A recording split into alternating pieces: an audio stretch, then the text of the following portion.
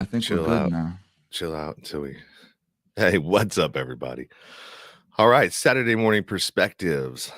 Give us a moment if you're checking in to set up real quick.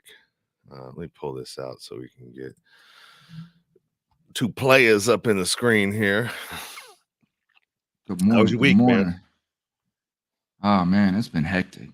But it was good. It's been good. Cool. Yeah, Just mine trying was to kind keep of. up with everything. Yeah, mine too, man. Mine was really kind of. I didn't work on Monday because of the holiday, and then yesterday it was storming pretty bad, and I just didn't want to go to work yesterday, so I didn't go. But the weather did play a part in that, because if it was not raining and shitty like that, I probably would have went. All right, so I'm gonna go live on TikTok right now. Okay. I've never done this before, so And you then should see I'll, me I'll racking my brain last night trying to figure out and then I'll how to join you. do all this stuff. But I can't. So with the TikTok, I can't run it through all the rest of my stuff, so it goes through here. So it's just going to be by itself over there recording, and then we can direct people to the live stream when we get everything rolling. And if you're watching right now, we're just getting set up, so please bear with us. We got a great show for you coming up. We're going to be talking about America under attack, and what I mean by that is all of the different angles that I feel like America's being attacked from. From the fentanyl problem to the and I've got it down in the description. So I've got some TikToks lined up and some videos lined up for everybody this morning, so we can go through, and then as we stop, one, and you and I are going to dialogue back and forth about it, and give our perspectives and what we think's happening and whatnot. So we tried this out for the first time last Saturday, and I felt like it went all right, and the rapport was good, and I said, well, fuck it, let's just try it again, man, and see Yeah, what man. we can do. See what we can do. And if you're watching over on TikTok, what's going to happen is we're doing an America Under Attack episode right now. I'm the host of the Nowhere to Go But Up podcast. My name's Sean Dustin, and I'm talking to the folks over on TikTok right now. And then I'm joined by Thomas FreeMe, who's also Ali Ismail 98 invite to join live. So do people just try to join that? Yeah, because I'm not sure. But anyways, On TikTok. yeah. So if you Yeah. want to, So go yeah, ahead. people, when you're live on TikTok, if you when you go live in the settings, you can change your format, kind of say. So if you have like chat or maybe gaming or something like that, I believe people will try to join you. But that's Okay. pretty cool sometimes too. Okay. Not here. All right, so I'm getting instruction from my homie Thomas FreeMe over there, who's going to join me on TikTok, and we're going to do a show today for all you guys on TikTok. We're streaming on a whole bunch of different platforms right now, and so if you want to catch this live stream where you can see Thomas and you can see me and you can interact on our YouTube or Facebook, do me a favor. You can go over to SeanDustin.com and you can get to my YouTube channel. You should be able to go right into my profile or my bio in the on TikTok, and then that link will take you directly to my website or my pod page, and then go to my YouTube link. I know it's a lot to go through, but if you just want to just listen to me, because you're not going to be able to hear Thomas, but you can hear me. If you want to just watch me do my thing, that's cool too. Are you gonna come join me over on TikTok? Yeah, I'm setting up on the TikTok now. I'm trying to oh, I All see right. you. So while you do that, and let me know when you do, because some other folks are trying to go like invite. Papal, there you go. I got you. Invite sent. All right. So as soon as we get him on here, and I think we got him coming right down there, I'm going to start this presentation. I need to get set up with my Now, if I turn down, because they're gonna hear you too if we're joining. So if I turn the volume down, will it turn the mic volume down as well?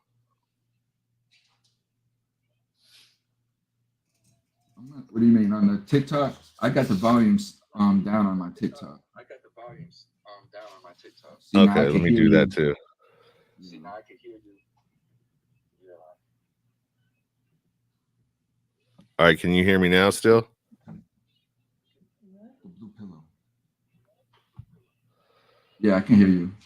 All right, cool. All right, thank you everybody for joining so far. I had to turn that down. So we're going to start this off by introducing who we are. My name is Sean Dustin. Like I said, I host the Nowhere to Go But Up podcast. You can find all of that on my website, which is www.seandustin.com. I'm joined by Thomas FreeMe, and he's out of Thank you. Tampa, Thank you. and he's got a podcast or YouTube channel called The Thomas FreeMe Show. And we are both ex-felons. We both been to prison. We've both got a comeback story. And we both decided that we wanted to change and turn our lives around and do the right thing and help other folks that were in our similar situation. For me, along the way, 2020 happened, and I had no choice but to take a look at what's going on and how different life has become in the last 3 years. And I decided to start talking about it. So we're going to keep this though YouTube friendly. So we're not gonna we might be using code words for the thing that we went through the last 3 years. We might be using code words for other stuff, and that's just so we don't get our content zapped off of YouTube, because we're both going live on YouTube as well. So I don't want to jeopardize Thomas's channel as well as my own, because I've already got two community violation content, whatever those things are called that you get over there. They try to zap you. Mm-hmm. So, Thomas, go ahead and let everybody know who you are and what you can do. Although I kind of did, but let's hear it from you. I mean, good morning, everybody. This is Thomas FreeMe.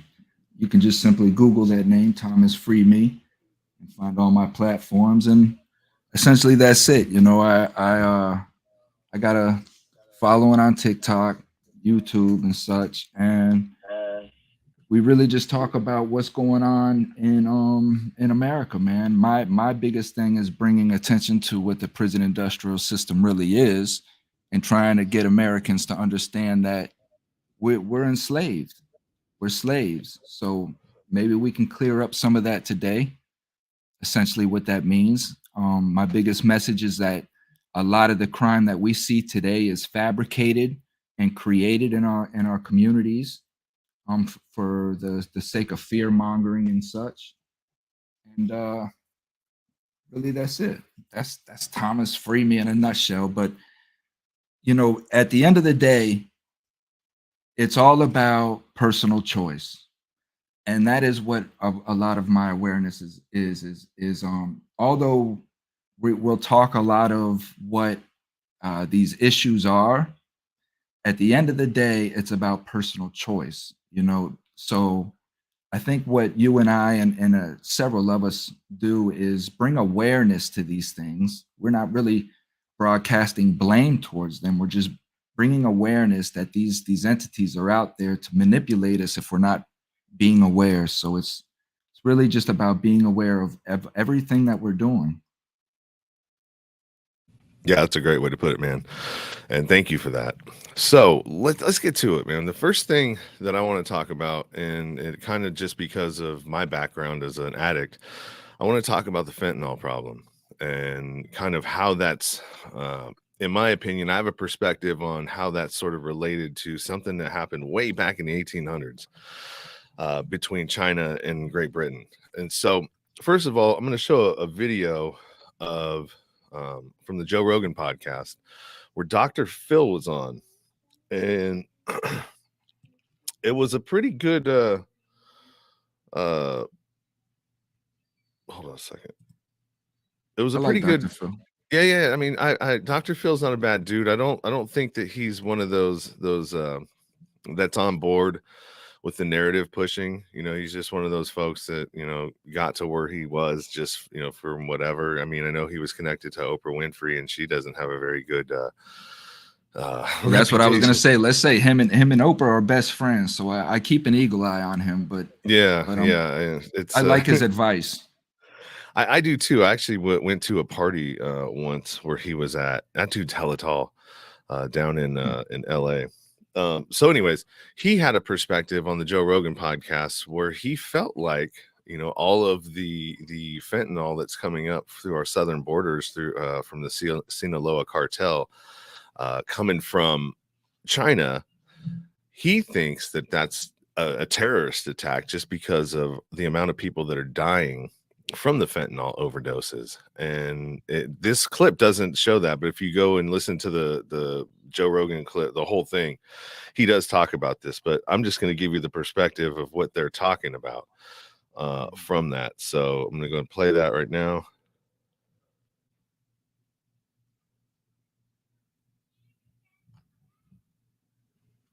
All right, come on, Mr. Player, play.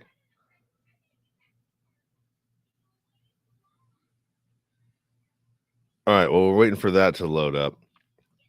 Yeah, and I think this the fentanyl problem, I think, really comes back to something that happened in the 1800s with the Opium Wars, and how Great Britain, which is still considered the left, I mean, not the left, but the West, and we are just an extension of Great Britain through history because that's where we came from. That's where we were settled from. I don't know why this thing's not playing, man. Come on. Well, I could tell you this, while we wait on this, but it's one thing for sure is, I've been a drug dealer my whole life for the most part. That's really the only trade that I've ever learned. As far as I don't care if you. is it going? No, go ahead. I have to put it So up to the part. when instances would arise where I don't know, I'm trying to think of times where we would, what you would say, flood the market. When we knew that things were going on politically, or that we could take advantage of a certain situation to push more product through, we always took advantage of that, no question, because we're in it to make money. This is what we do. We're always looking for advantages to get our drugs to from point A to point B safely, right? So, I mean, I think Joe Rogan is onto something when he says that, of course, and the Sinaloa cartel and any other cartel would see this as a great opportunity to get their drugs into America because of this political regime that we got going on that is allowing individuals just to come across our border as it appears. Now, I have not been to the border personally. I don't know what the hell is going on. I only get my information from TikToks, people that are concerned citizens that I know are truth tellers. They're trying to bring the truth. These are American citizens. This is who I try to keep on my channels, because for me, this is a network. I don't want people just to come on to agree with me. Last thing I want to just sit here with a bunch of nodding heads. You know what I mean? I want people that are active. I want community people that are out there that are reporting back, that we're keeping in touch with one another and talking about what's going on in our community. So these are the videos that I see. So I believe in what I'm seeing when they show them to me. So I mean, if I was a kingpin, there's no question I would be trying to push everything that I could through. Yeah, no, I would agree with that too.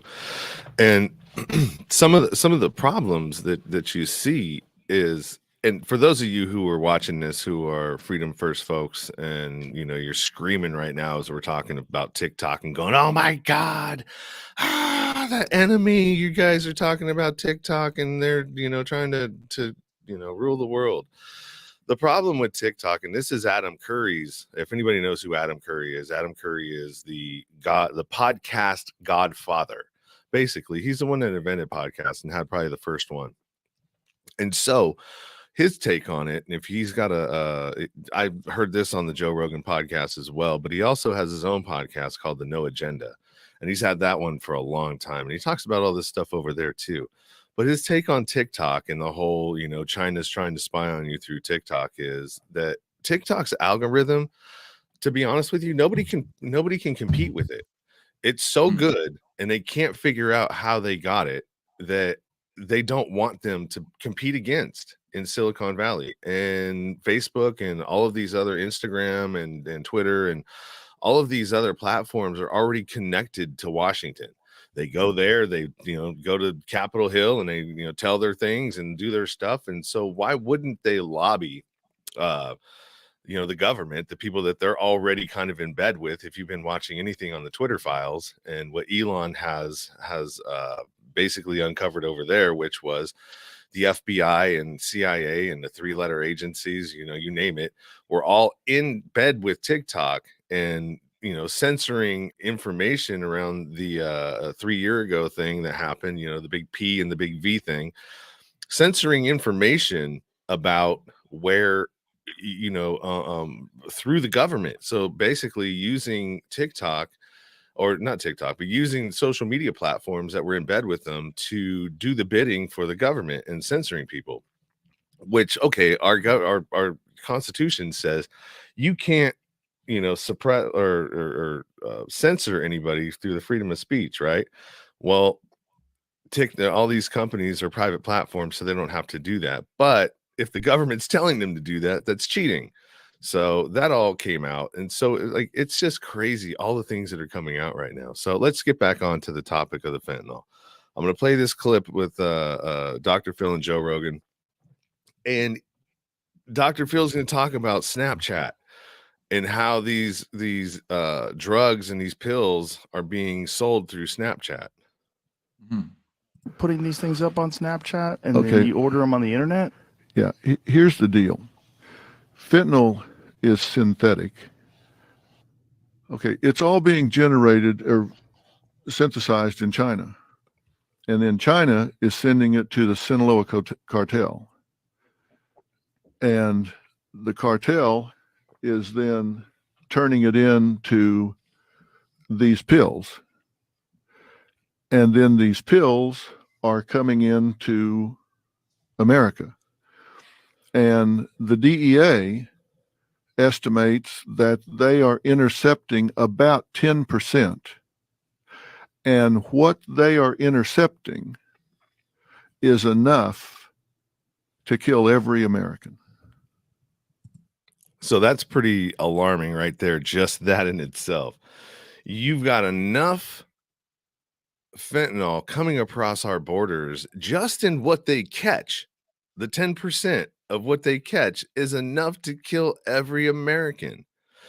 So you got to ask yourself, what kind of a business model does killing your clients, you know what I mean? The way that you make money in your profit, how does that equate?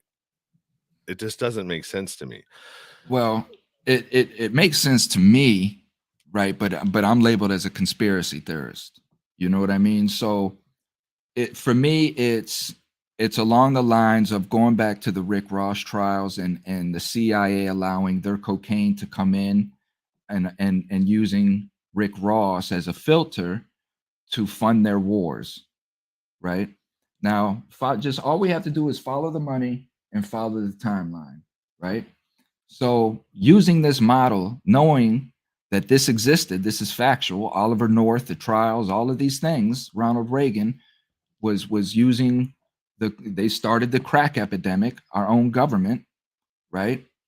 So, knowing that they allowed these pill mills to flourish the way that they did, and knowing that those pill mills, these doctors that were allowed to just recklessly prescribe medication all over America, created this epidemic that we're now looking at now, that we're facing now, right? So knowing these things, now why this fentanyl thing? Okay, the government has shown that it really does not care about a certain poverty line.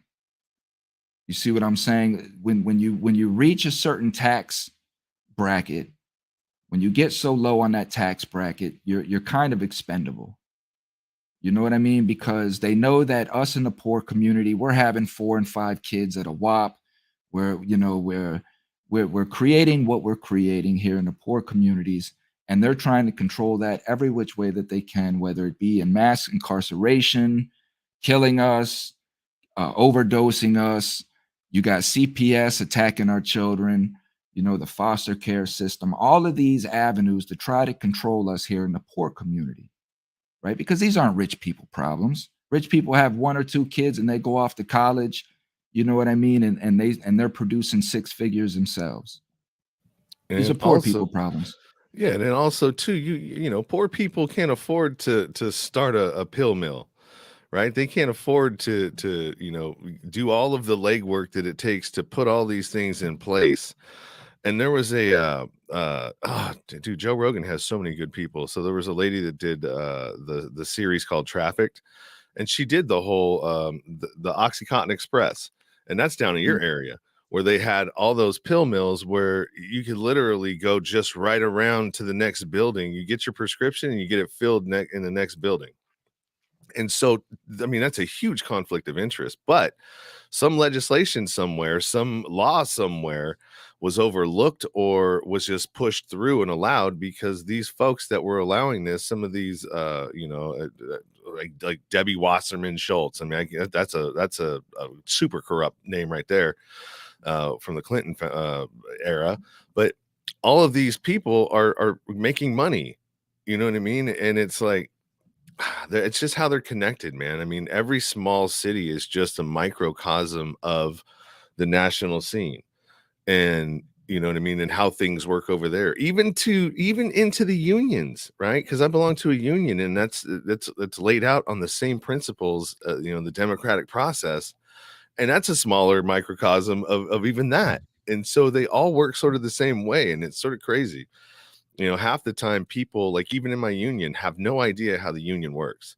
Just like people in our country have no idea how the government works. They don't have no idea what fiat currency is. They have no idea what the gold standard was. They don't know shit because they just watch the mainstream media that is not informing you. It's misinforming you. So let's go to this next one, and this is gonna tie in my perspective on the opium wars from the 1800s. And kind of like giving you an idea of what we did to China way back then. Not us, but Great Britain. And Great Britain is like before us, like before the United States, because that's where we all came from. They migrated over west to the United States, and then they slaughtered all the Indians and killed all them with disease. That's kind of interesting, huh? How they use disease to wipe things out. Oh man, nothing new under the sun, my friend. No, I mean that's the whole thing is why reinvent the wheel. They have the tools and the techniques that they know and have been proven throughout time to work on people. The only ones that are duped are us, because we don't know that we're being manipulated in this fashion. It's kind of like a lot of how certain individuals will smile in your face and promise you the world, and as soon as you turn away from this individual, they're looking to cut your throat. It's a lot of what we deal with. All right, so I'm pulling this one. It didn't come in like I wanted it to, so give me a second. I'm gonna bring in this video. But no, you're absolutely correct, man. These people are so asleep. They have no idea. China, I showed you love. Hold up. All right, sorry about that. Yeah, that's one of them. This will tell them a little bit of the history of that. It's kind of a dumb one, but it's the one that I found that was probably the better of the explanations, because I just used TikTok. Actually, there's one. Here's one. I think this was the one that I liked. The Opium Wars that occurred between 1839 and 1860 were avoidable. They were two armed conflicts between China and Britain because China didn't want opium brought in and traded. Although Britain acknowledged that opium was bad and banned it in their own country, it was a major economic driver for them. China lost both times, although they were in the right for not wanting opium when Britain themselves acknowledged it was bad. The Opium Wars Can you hear ultimately that? ended in the expansion Yeah. of Hong Kong by Britain. However, this all could have been avoided if Britain had just acknowledged that if it's not good for them, it's probably not good for China either. All right. So that was a little bit of the history on that. There's way more to that. But the reason why I chose that is because that's kind of what happened. So we were trading with teeth from India to China, or no, it was something we were trading something from India for tea, right? And The then Brits, the British. yeah, the British were. And so China no longer wanted what they had to offer, right? And so they had to figure out something to get them to continue trading, right? And so what they did is they switched what they were getting from India to opium, and they were trading and shooting opium into China. And so the Chinese, whoever was the president at the time or the government at the time was like, whoa, whoa, whoa, no, no, no. Our people are getting addicted. You know what I mean? Our society is in ruins. We got opium dens everywhere. Everything was going to shit, right? We really put them back probably like 50 to 100 years societally. You know what I mean? We handicapped them. And so I think that this is payback. The fentanyl problem, because of where it's coming from, this is payback just for the 1800s. You know what I mean? They're doing the same thing to us that we did to them. And that's my Well, perspective. nobody and nobody keeps records like the Chinese, right? Nobody has kept documented truth like the Chinese, right? Because the truth is not about altering history. The Chinese Asians really understand the importance of truth and passing that down and such. Only in America, man. Only us do we feel like it's okay to alter history, the truth, to protect our emotions for the now and living. But I think that two sets of records are being taken. I really honestly am starting to believe, Sean, that we're hamsters, man, like full through. You know what I mean? They are just grinding our lives out because we always have to keep in the context that this is generational. This doesn't occur just in my life and your life. They're attacking our children's children. They have plans for our grandchildren's children. You know what I mean? They've already have the pipe works and the groundwork laid out to how enslave them.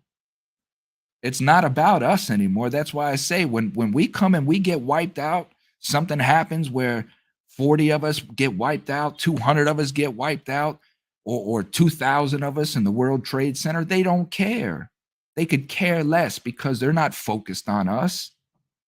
If we're 30, 40 years old, they already see us as expendable because our life expectancy is dwindling down and we cannot produce the work that we could when we were 18, 20. That is where their focus is at.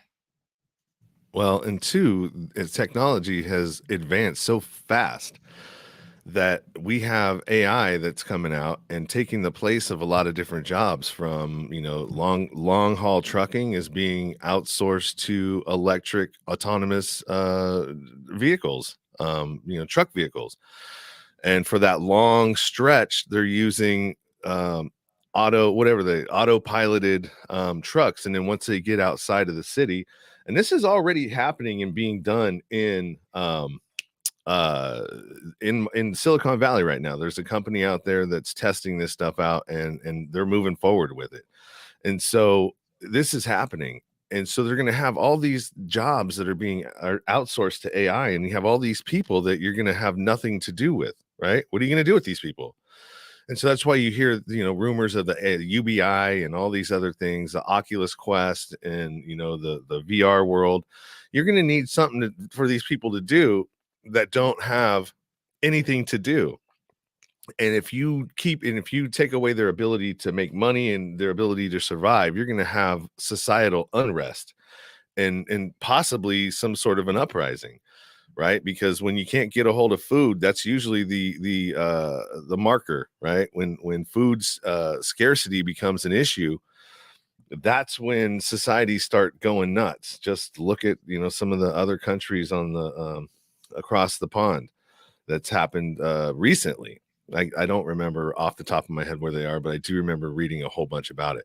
So if you're watching on TikTok, because we had a whole bunch of people on there, like 200 folks, but the problem is you guys can't hear what I'm putting on there. So for you guys, go to my my link in my bio and go into either my YouTube or my Facebook channel, and we're going live over there. And so you can participate in the comments and everything else, and I can pull those up right there. Both Thomas and myself can pull up the comments and we can respond to them. Like we just pulled up one right now that just came up. That would be the easiest way. Basically, I wish that there was something that I could put right on the screen that will direct you to where you need to go, but I can't. So I'm gonna have to check in with you periodically. So go over there and you'll be able to participate in the comments and you'll hear all of the things that we're gonna be playing, as that was the second portion. Now we're gonna be talking about train derailments next. So we got Recovery Soul Food. They were getting our generation ready for it through the movies. They were. You froze on TikTok. Did I? On my TikTok, you froze. Your TikTok is going. You can hear yourself in the background on yours. So Recovery Soul Food left a message, and they said they were getting our generation ready for this through the movies they were making in the 80s and 90s, etc. We got to realize that we as divine humans are one and come together. No, that's true. I mean, we are basically all sort of the same. We've just been divided in a lot of different ways through a lot of different methods over the years. And then the icing on the cake was the last 3 years, right? Because that's where they missed portions of the population in the division. They really made it up in the last 3 years because they sure as hell gained a lot of traction in dividing the public. All right, hold on. I got my daughter over here making noise and needing some attention. So go ahead and take over for just a second while I set up this next clip. No, I mean, well, but that's everything that you said is spot on. And going back to what I was saying earlier, about these Americans and how ill-informed they are. When we're talking about our banking system, centralized banking, we're talking about, the Fed, understanding how the Fed controls our economy when they come out with these inflations and such, understanding who the Fed is, understanding how our presidents were assassinated over trying to get rid of this Fed and not even allow them into our nation. When you get into Woodrow Wilson, people want to talk about how great the Democrats have been for this nation. When we sit down and we look at the aftermath of these people and their decisions throughout their presidency that laid the groundwork for why we are where we're at today, you look at Woodrow Wilson and his administration and what they did by allowing centralized banking into our nation. These are the issues. Centralized banking is sucking our nation dry. You still froze over here on TikTok, man. We lost our whole crowd. What happened? Yeah, I know, man. It went down to 16. I'm not sure what happened, but there are Well, still on my TikTok, you're just froze like in a breakdancing pose. Although, you know what? I caught a dude, TikTok's the devil when you really think about it when it comes to time. Because that thing just sucks time. As soon as you start scrolling through there, man, a half hour goes by. Well, but I'm laughing the whole time, man. No other app does that. It's I made a TikTok. It's funny you said that because I made a TikTok about that where something along the lines of, when I told my girl, which I just make this stuff up, I'm single, but I told my girl that I'd be in the bed at 10 o'clock and it's 4 a.m. and I'm out, looking all crazy and wired just with TikTok in my face, but these are the issues. This goes into what we're talking about, Sean, when we talk about these distractions and whatnot, right? All of these are distractions. Everything is a distraction from self. The moment our eyes open to the moment they go to sleep, till they go, close for you to go to sleep, we as a human being are being marketed to. Every aspect, every moment of our lives, we are being marketed to try to get our money, and either our time or our money. Those are the only two important things really to a human being, is time and money. Right? Yeah, and you're absolutely right. From the time you wake up to the time you go to sleep, from the mail in your mailbox to the mail in your email box to the phone calls that are generated by AI to try to solicit you, you are constantly being they're trying to remove you from your money, right? Which is in essence energy, right? Because you have to go and work and expend your energy to get that cash. So really we're in a system that just extracts energy, right? That's all we are. We're just energy. And from the time that we are born and we get that social security number, which guarantees the government on each birth that you're going to produce $1 million in your lifetime. And so they hedge the birth. That's why the birth rates are so important, right? When they go down and they don't, you know what I mean? Things aren't whatever. They can't hedge that bet if they don't have the numbers, right? And some people they might go, oh yeah, you're talking about that sovereign citizen stuff and blah blah blah blah, blah. Right? Well, I mean, it's true. And so from the day that we're think born, about we're just energy. That's it. We're now. energy. Take what you just said. Take what you just said, Sean, and apply that to Roe versus Wade. Right? Apply this to Roe versus Wade and these arguments that the Supreme Court justices come down and okay, well, it's time let's look at Roe versus Wade now and let's overturn it, or because it goes into what you just said, controlling the population. And they make it appear like, and they make it seem like it's us, that we have the choice and that we have the power. And we have none of that. We are being controlled and manipulated constantly as human beings. And we're constantly having these distractions thrown in our face so that you and I cannot come to these conclusions. So when they're sitting here talking about Roe versus Wade, and you have all these women out there in the streets, you have all of these people out there emotional, these discussions, it all creates division. And it doesn't mean anything. It don't mean friggin' shit, because No.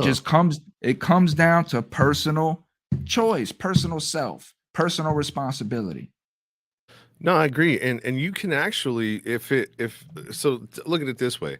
So you and I could be getting into a conversation and we agree 100% about one thing over here, but as we go through the conversation, we realize that we don't see eye to eye on something else. And that something else could be big enough for you to just say, okay, well, you know what? Yeah, we agreed over here, but fuck this dude because he doesn't think the way that I do on this one, or I don't like his take on that particular subject. So even though we did see eye to eye over here, we don't have the ability to see past these things, right? It's so crazy that folks just don't have the ability to, and I think most people do. Like when you go to work, right? You don't agree with everybody at work on a lot of things, but you still get along because you have to, because the common goal is whatever it is that you're trying to do at work, and not the other stuff. So we can do it to a certain degree, but then once we get out of these places where we have to be like civil, right? You can't do that kind of shit at work because you need money. You need to, support yourself and your family. And if you're anybody like me, you've probably put your foot in your mouth a couple times before and learned the lesson that, hey, I should probably shut up if I want to keep my, keep making money, Right. and, leave my opinions at home. And If so making money is your goal in life, yes. yeah. Well, I mean, you have to have it, to a certain degree to get along in life and to be able to pay for some things. But I mean, it's not 100% necessary to make a shitload of money to survive. All right, so we're getting off on a little bit of a tangent here. So this next clip that I'm going to play for you guys is going to go into the derailments, right? So we've been having these issues of train derailments since, we've been having them according to Mayor Pete Buttigieg, all right? Yeah, that guy. Yeah, Pete Buttigieg, because I don't know how to say his last name. Something like that. Yeah, he's our transportation secretary, and he came out and said, and mind you, it took him like a week and a half, I think. Trump went to Palestine, Ohio, before our own president and the secretary. East Palestine, and the Secretary of Transportation. But when he got there and he started making his, his appearance and, basically for publicity, he said that somebody asked him a question about that and, the severity of it. And he deflected to, oh, well, we have thousands of these a year. That's not very comforting to know that we have thousands of derailments every year. Okay, there's a problem there, don't you think? Don't you think that that's an issue, considering all of the toxic shit that they carry on these trains, from fuel? I think there was another one last night. Yeah, and so there's probably tons of them, man. And so there's a video for about 6 derailments that she's going to talk about that have happened since 2023. All right, so we'll go there, and then we'll give some perspectives on that. We went to where we've had 6 states with train wrecks recorded already into 2023. The first 2 were in South Carolina on January 9th and the 21st. Neither of them contained any leakages. There's no injuries or deaths. Then, in February 1st, in Detroit, Michigan, and Philadelphia, Pennsylvania, there was 2 other train wrecks. There is no recorded of any injuries or deaths. You'll have to excuse me, I don't know the exact date of when this happened, but in California, there's 2 train derailments. One cargo contained grain, and the other there is no details about. And the one we're all familiar with on February 3rd, Ohio. There are animals getting sick and dying from the hazard gas released from the incident within a 10-mile radius. There are also journalists and news reporters getting arrested from trying to document the raw material of what is really going on there. And finally, South Carolina, with no details released out yet, in Houston, Texas, with 100 gallons of diesel fuel released, and home chemicals with 1 death. So, I had no idea that we had that many derailments, like ongoing all the time. Now, I'm saying, and it just, again, that's my point, right? That's the point, Sean, that all of us need to face right there.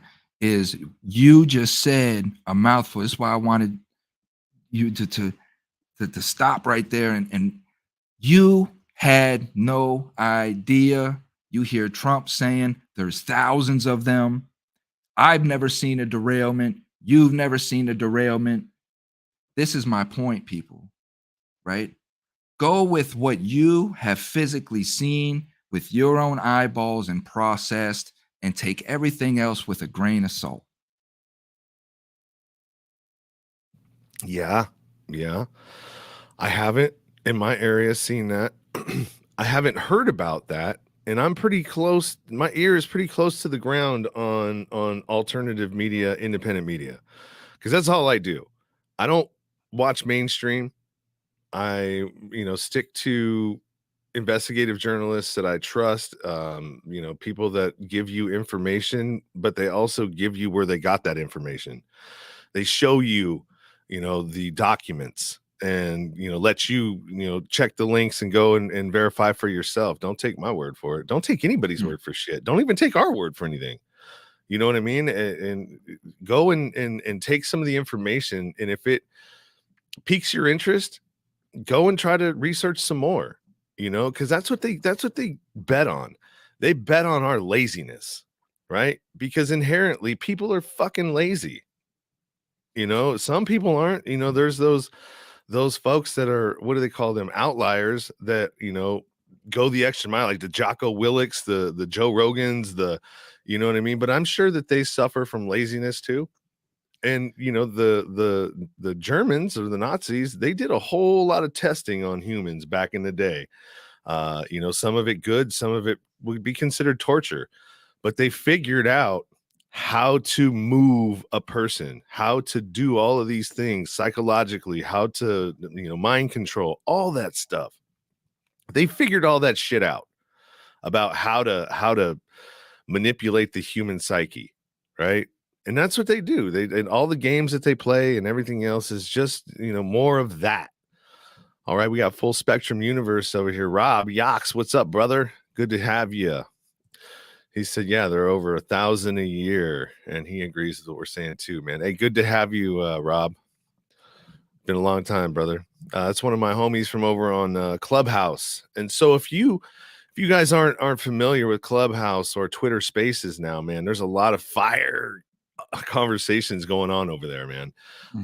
Especially on Twitter. You're not getting censored like you used to over there since I want to get I have almost 700 followers on Twitter, and I've heard that, and I want to get, maybe we can do something on Spaces as well and start getting our Spaces to grow. Yeah, I would do that. I would definitely consider that, and maybe even instead of using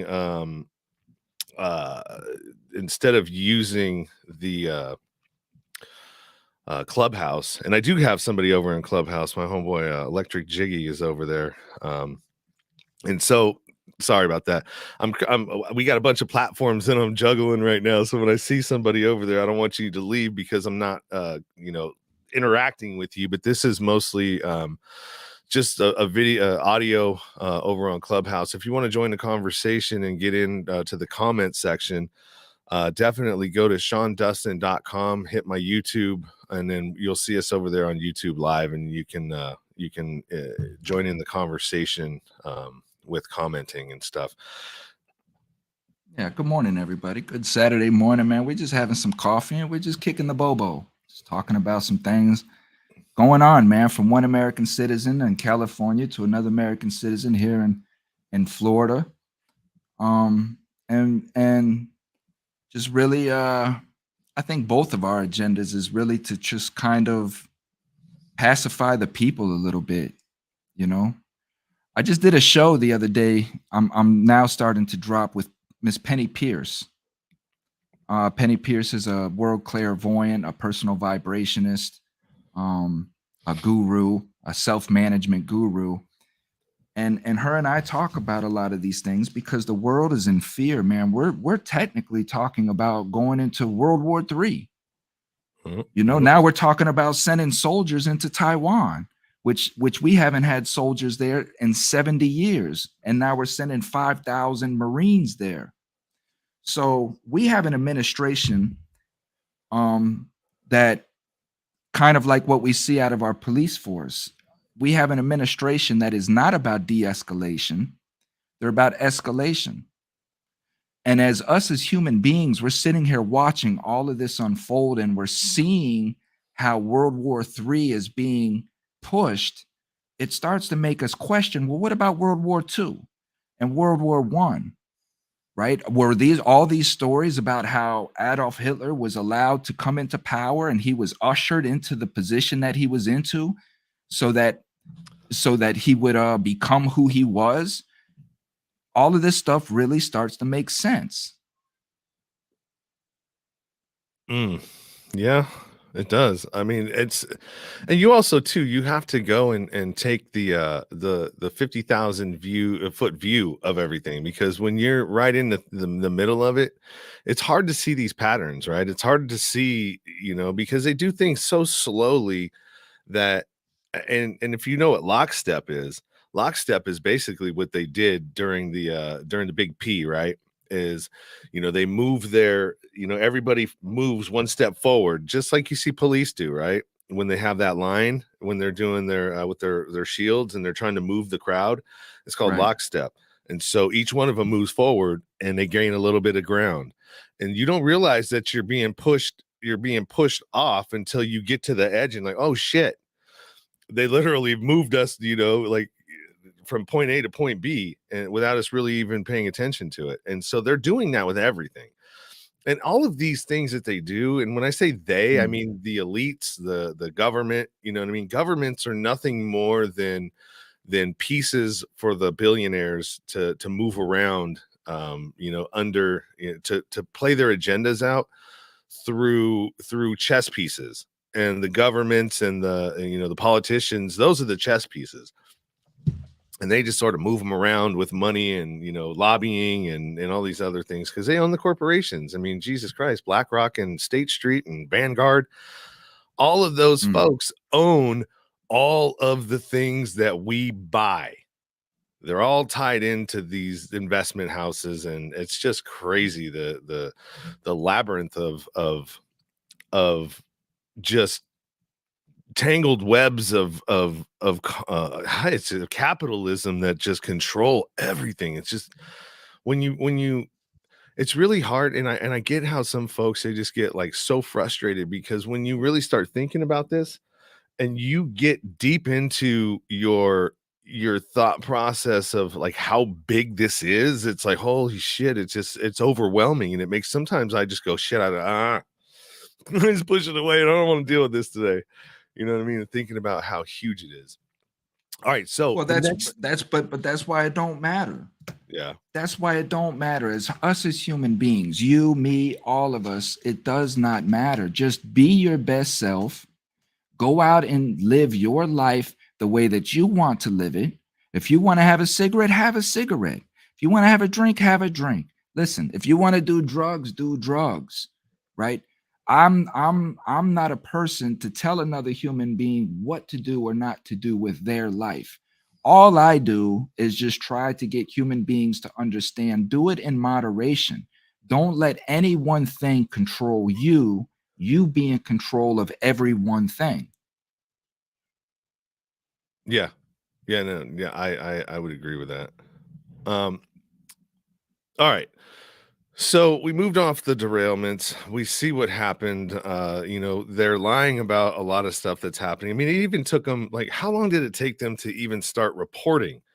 Because I knew about this through, some of the sources that I watch. I knew about this like 4 days before it even started coming out about on the legacy media.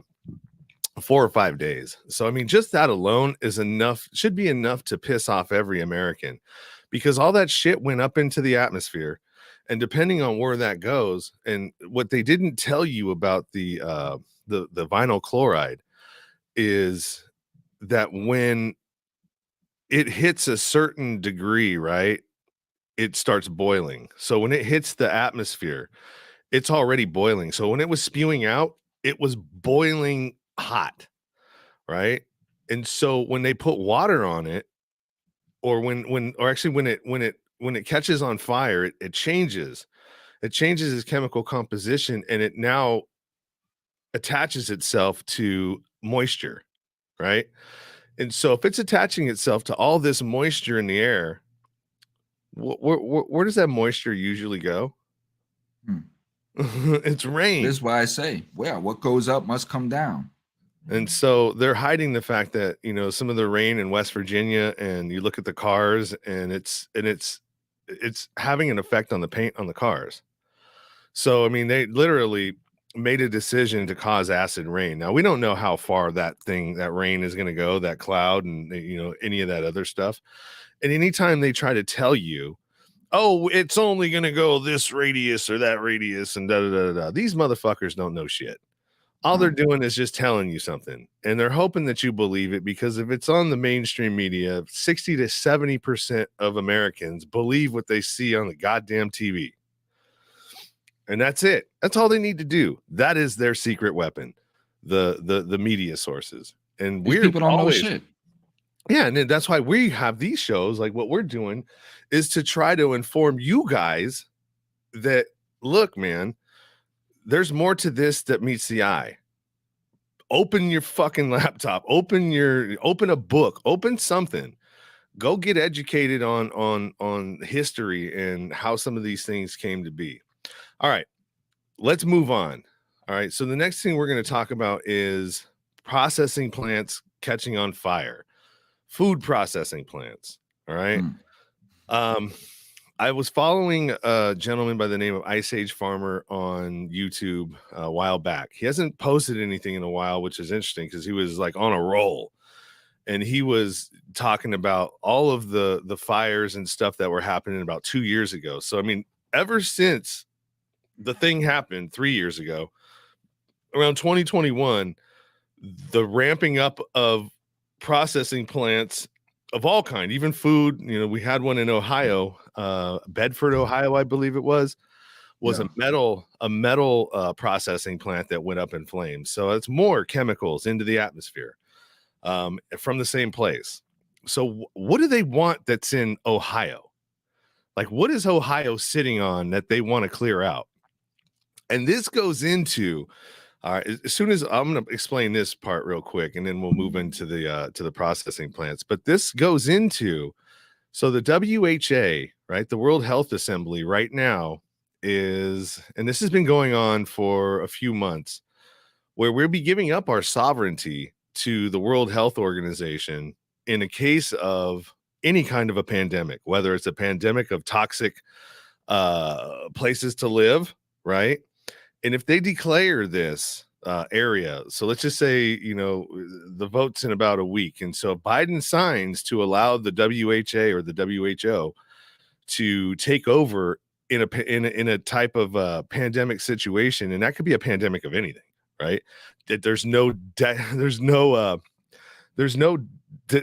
delineating between a viral pandemic and like a pandemic of toxic areas, right? None of it matters. It just the wording, it leaves it really open and broad, so they can just say they could do it for anything, right? Oh, the cartels are killing people. Oh, there's a pandemic of murder, you know, in Sinaloa. We need to go there to clear the shit out.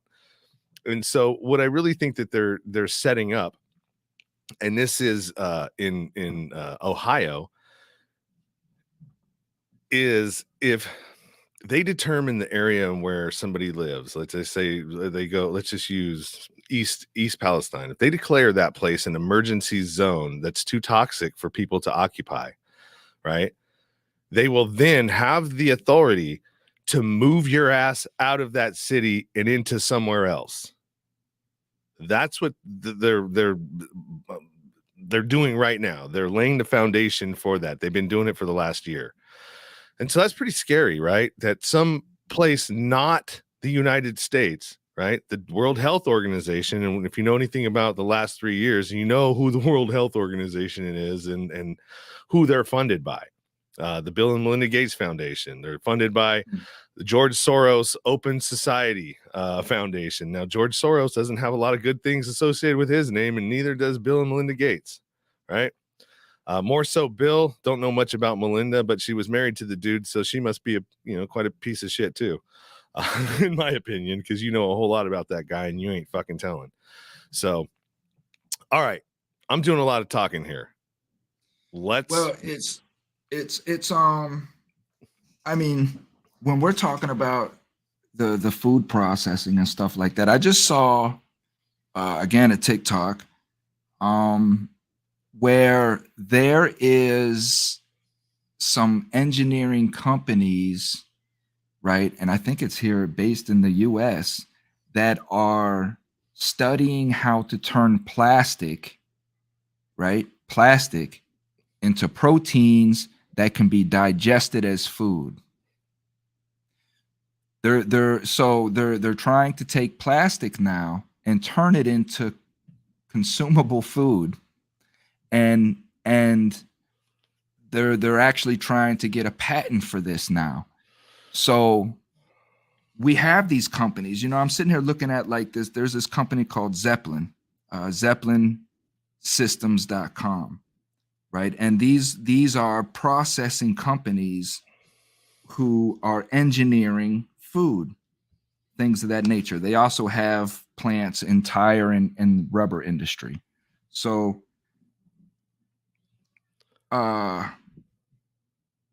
it's like, what are we doing? This here, for example, our range is impressive. Fresh baked goods, cereals, extended shelf life baked goods, pasta products, spices, instant beverages, dairy products, and baby food. At the end of the day, you nor I know what is going into our food, what these people are engineering, what they're processing, and what we're consuming. We have no clue. These people tell us anything that they want. And they have trained us, Sean. They have trained us to believe everything that they say because they have a white coat on or a blue uniform or a green uniform. Optics. We question these people inexplicably.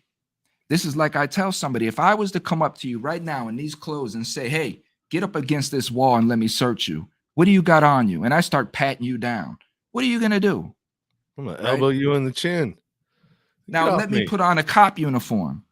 Let me put on a cop uniform, a badge, and a gun, and I come and I tell you this. What do you do? Well, you're not going to elbow me. Nope.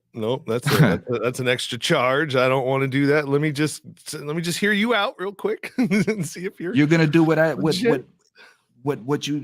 tell you to do. Yep. We as human beings have been trained to listen to these people inexplicably. So when they come on and they tell us, listen, you can trust us. Honestly, we take plastic. It's a miracle. We've taken your 2-liter bottle of Coke and turned it into a hamburger that can give you protein and build your body. Nope. I don't believe it. And I've been doing a lot of research into hemp and cannabis lately because I make my own products. I grow my own shit. And, and some of the uses that hemp can do is just amazing, right? You can replace a lot of the petroleum-based products with hemp. You know what I mean? And for the folks out there who think that fossil fuels are going anywhere, that solar and green energy and all this other stuff is going to take over something. I work in these industries, man. It's not happening. Because no matter what, they may retool and go over to biodiesel for some of them. But at the end of the day, asphalt is made from crude. All right. How are you going to not what are you going to use in the place of asphalt if you're not refining oil? Now, there's certain things like you can use hemp for, making your, adding it to some things like cement or to asphalt or something like that. They would have to start doing cement based roads now if they move away from that. And then all of the petroleum based products that go into pharmaceuticals, they use a bunch of it. I mean, that's really what Rockefeller made all this stuff up for, because he needed something to do with his byproducts from what the petroleum was producing. He had all this stuff that he had no idea what to do with, and so they started tinkering around with shit and figuring out things to put it in, like the V's, right? The pokes. Those things have a product in it called PEG, which a lot of people, well, not a lot, but some people have an allergic reaction to. And that PEG is made by a petroleum-based product. You know what I mean? So you have all these things that are inlaid in it, and it's never going to change. And you might get a little bit away from it, but you need lubricants, right? And not the personal ones. You need lubricants, for joint bearings and all that other stuff. Well, that's it. Think of how much oil goes into petroleum goes into producing your electric vehicle. You know what I mean? Think about all of the plastic all around the car, all the plastic around all the wires in the car. You know what I mean? Everything in the interior of your car, everything, every aspect about that car is made from petroleum other than the electric part. Yeah. It's so crazy. And then you get into like, you know, what it takes to make those batteries. Holy shit. I don't even think we have enough of that stuff that lithium. Yeah, I know there's lithium. plenty of it, but they don't have enough of it unearthed to put everybody in an electric vehicle, man. You guys just got to realize that everything is a Ponzi scheme. Almost everything is a Ponzi scheme or a grift. We are being led by shapeshifters and grifters. So let's get to this other clip. But that goes back to what we at the top of our conversation. We are being marketed to from the moment our eyes wake up to the moment we go to sleep. We're being manipulated and marketed to, you know. But where are we going next? All right, we're going to go into a Tucker Carlson clip on his reporting on some of these food processing plant fires. Oh, Tucker. Isn't he Fox? Yeah, he's Fox, but he's out way outside of the narrative, in my opinion. Well, Fox is owned by the Murdoch family, so you have to kind of look into who the Murdoch family is. Then you'll stop watching Fox. There you go. There's a good perspective right there. Moments before we went to air tonight, a plane apparently crashed at a General Mills plant, a food plant in Covington, Georgia. 6 tractor trailers were reportedly on fire. You're seeing pictures from the scene right now. This is the second time in a week that something like this has happened. On April 14th, the plane crashed into the Gem State Processing in East Idaho. What's going on here? Well, the story gets weirder. Food processing plants all over the country seem to be catching fire. A couple of days ago, a fire destroyed the headquarters of Azure Standard, one of the largest organic food distributors in the country. At the end of last month, a fire severely damaged a fresh onion packing facility in South Texas. In Oregon, a potato chip processing plant just reported a boiler explosion that sent workers to the hospital. Here's a news report on that. Eastern Oregon, where crews are battling a major fire at a potato chip processing plant. Air 12 flew over the scene at Shearer's Foods on Highway 207 in Hermiston. We're told the fire was caused by an explosion of a portable boiler there. 2 people were taken to the hospital. So industrial accidents happen, of course, but this is a lot of industrial accidents at food processing facilities at the same time the president's warning us about food shortages. They're getting hit by planes and catching fire. What is going on here exactly? Jason Rance hosts a radio show in Seattle and joins us to put it into perspective. Jason, good to see you. Good to see you. Yeah, obviously, when something happens every so often, you obviously hope that there's no significant damage and certainly no one gets hurt, but you kind of write it off. It's not that big of a deal. Accidents happen. But when you've got well over a dozen food processing plants and warehouses getting destroyed or seriously damaged over just the last few weeks, at a time when the food supply is already vulnerable, it's obviously suspicious, and it could lead to serious food shortages. That's why some folks are now wondering, well, number one, what's going on? And you've got some people speculating that this might be an intentional way to disrupt the food supply. Wait, may I ask you to pause there really quick? Can I just ask you, I just want to nail this down so our viewers understand. There have been confirmed over a dozen disabling accidents at food plants in the last month, over a dozen. Absolutely, and we're talking about some really significant plants. The Taylor Farms facility in Salinas, California was completely destroyed by a fire last week. We've had 2 major potato processing plants in Belfast, Maine and Warden, Washington that were completely gutted, which is happening at a time where we already have a potato shortage globally. You were talking about the onion supply at that Rio Fresh, but it's not just produce plants. Last month, there was a fire that took out a Nestle food plant out in Jonesboro, Arkansas, and that's impacting frozen food brands like Hot Pockets or Stouffer's, which maybe you might buy if you can't get fresh food from a warehouse that just exploded.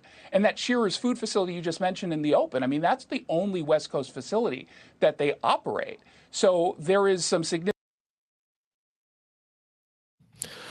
So not to say that snack food is a bad thing to not have on the shelves, because that's all the shitty food and the stuff that they feed to the folks that can't really afford to get the fresh food on the outside of the aisles. But that just goes to show you, whenever they do something, they intend to impact the folks that are the most vulnerable in our state, in our society, right? Hmm. Because who buys all that snack food? Who buys potato chips usually? Who buys the Hot Pockets? Who buys, it's folks that can't afford fresh food. Right, of course. And those are the poor, usually black and brown folks. There are white folks. I mean, there's poor in every shade of skin, right? Well, the poor is the poor is always marketed to. They market to the poor because the rich have the money. You're not marketing to the rich.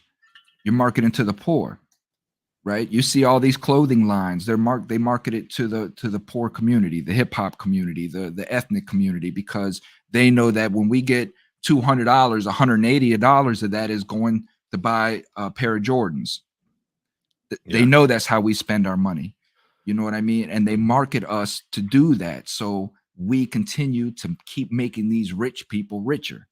Yeah. And those think tanks that they have, you hear about them. I know that most of the presidents have a think tank. I know that Pence has a think tank. What they're doing in these think tanks, they're using our money, our tax dollars, right, to fund these think tanks to figure out how to fuck us even further. So we're paying for our own fucking, basically.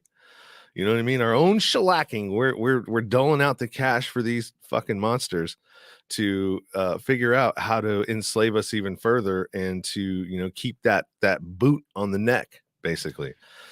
All right, so this next clip we got is kind of going to further get into the processing and food processing and the shortages, because I believe that these shortages are manufactured. I don't think that they're real at all, because we are the bread basket. If you look at the United States, we are the bread basket for most of the world, right? At least a third of the world is being supplied by us for fresh food. Well, if there's food shortages, they're definitely creating it. It's not because we're not producing the food. There's no question.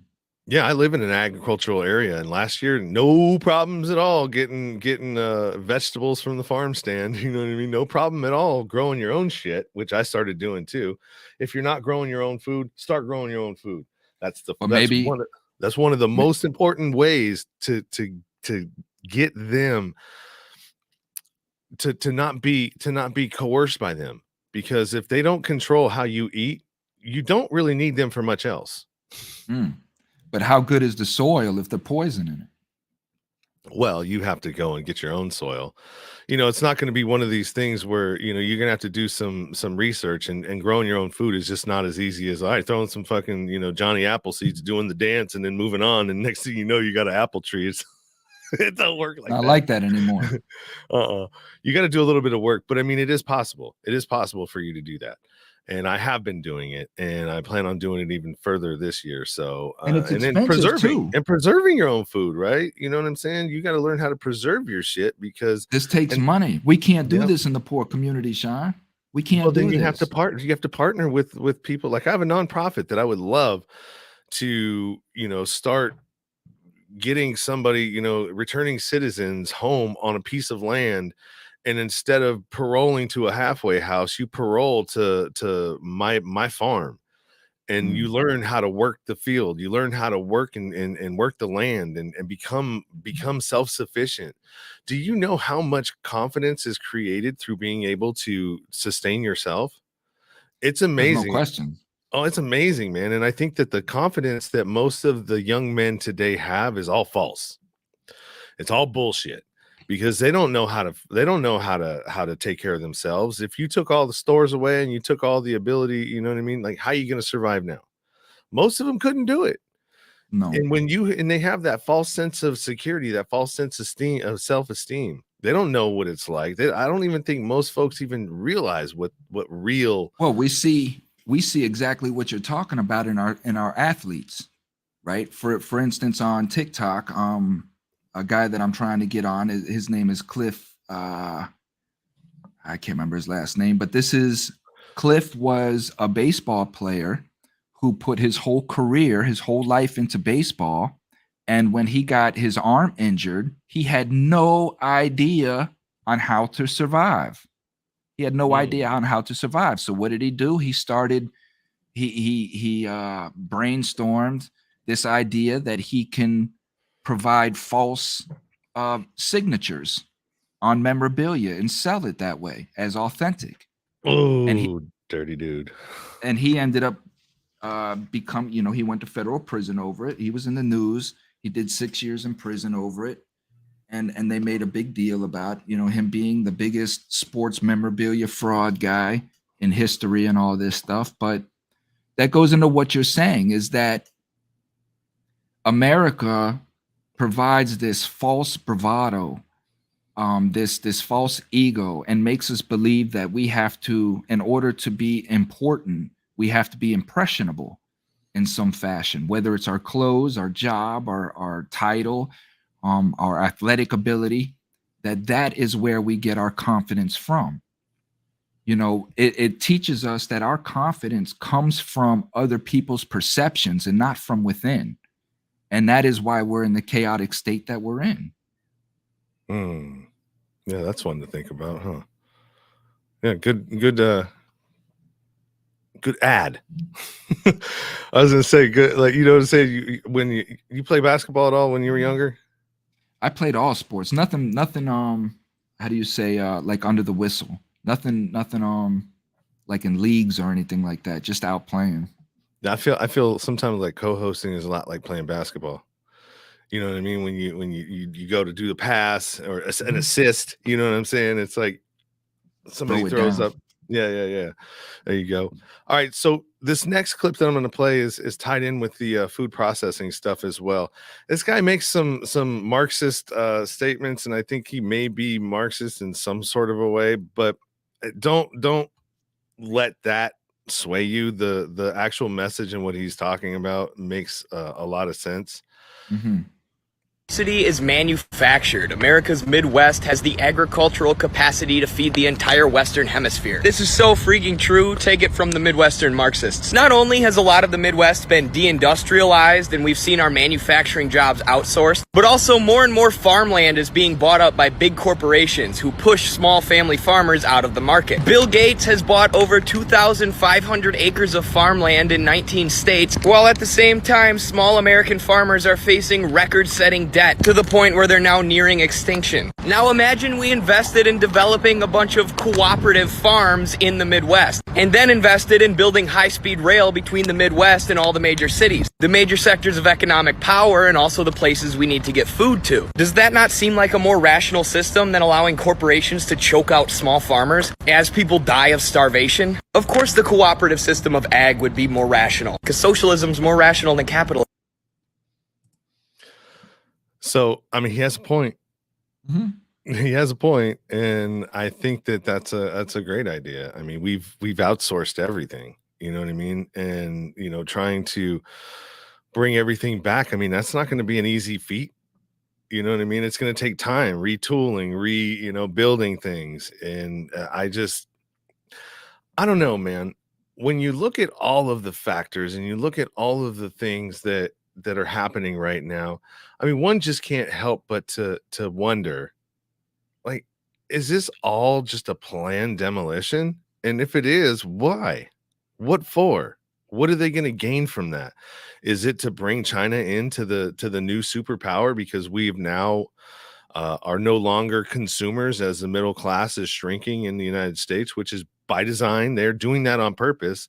So every time they have one of these things like they did, first of all, the one I can remember was like 2008, right? The Great Recession, right? Anytime we have something like that, and then we had another sort of recession that was manufactured in the thing that happened 3 years ago.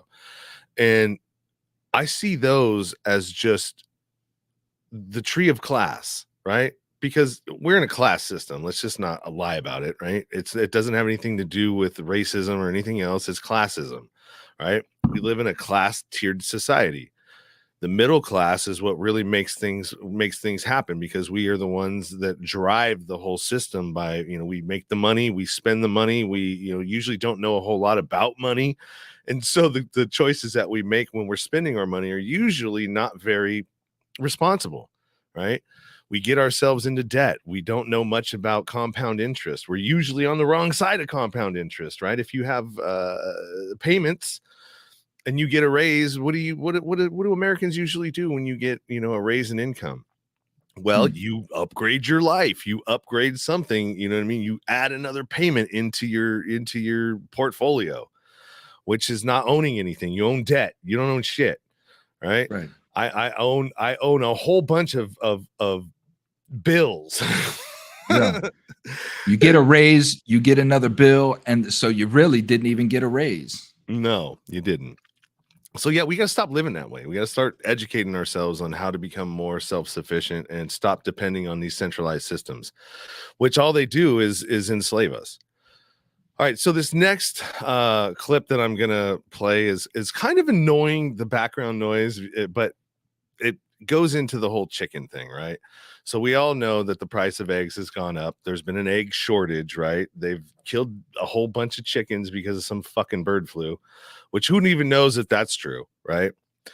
But one of the interesting things about what chickens produce are the eggs.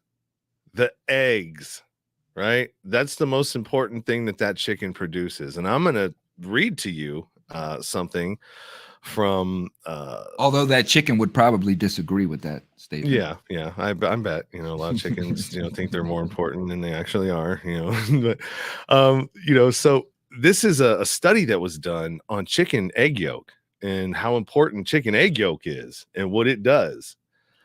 Just don't mind the annoying background noise.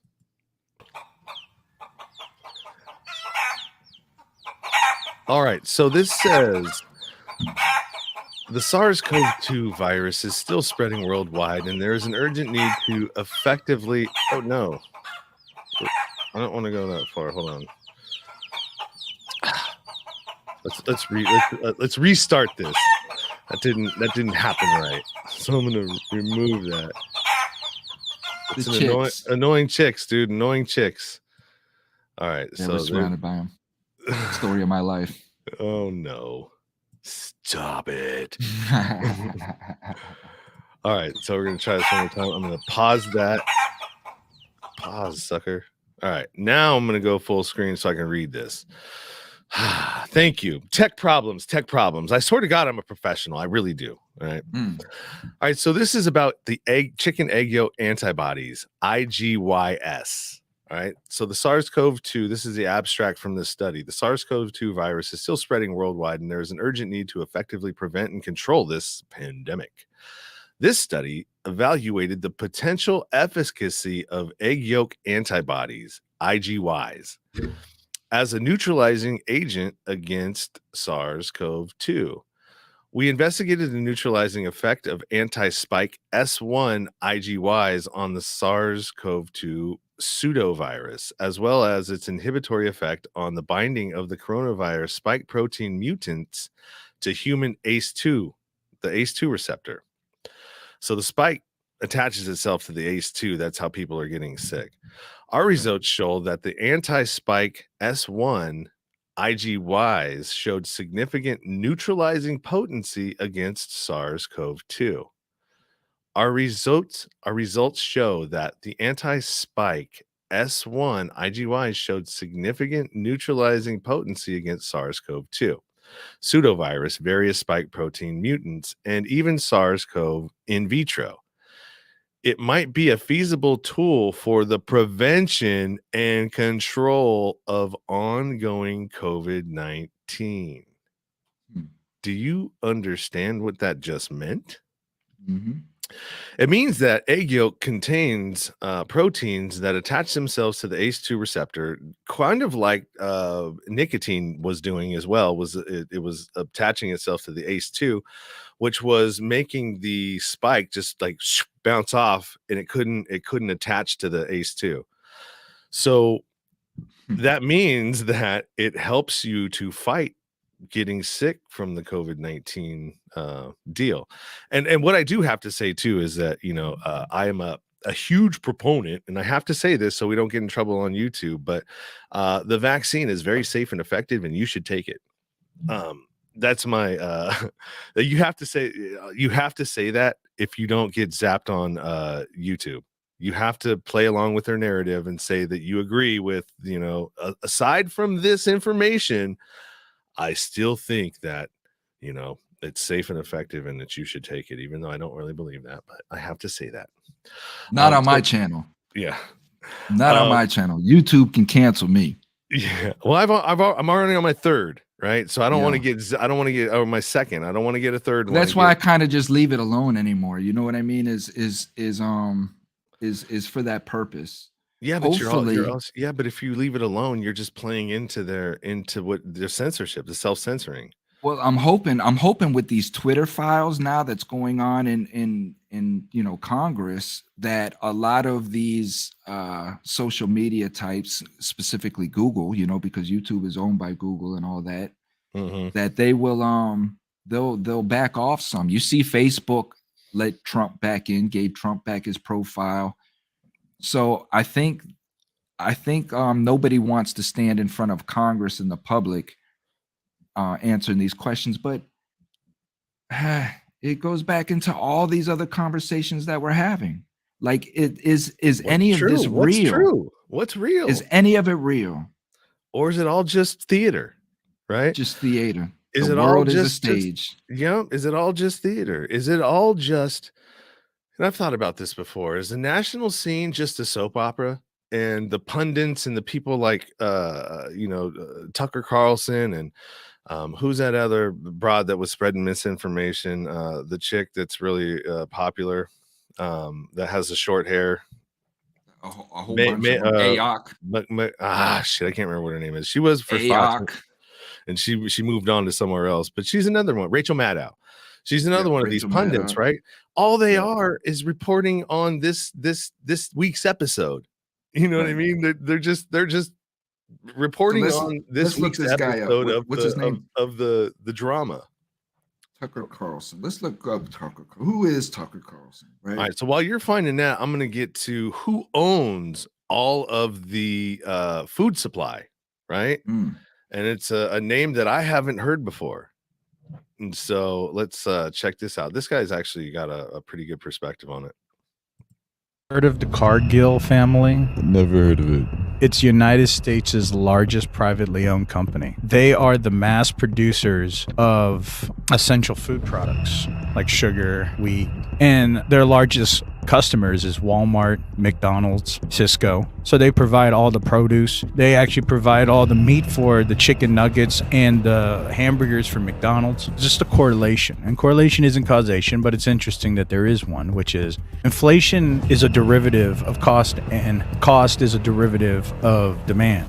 Demand hasn't really changed, but prices have risen through the roof. And this is the largest produce provider in the United States, or possibly the world. And Forbes have just announced how much money they have been making. And so it's just interesting that as the demand hasn't changed and our wages haven't changed, the cost of food has increased severely.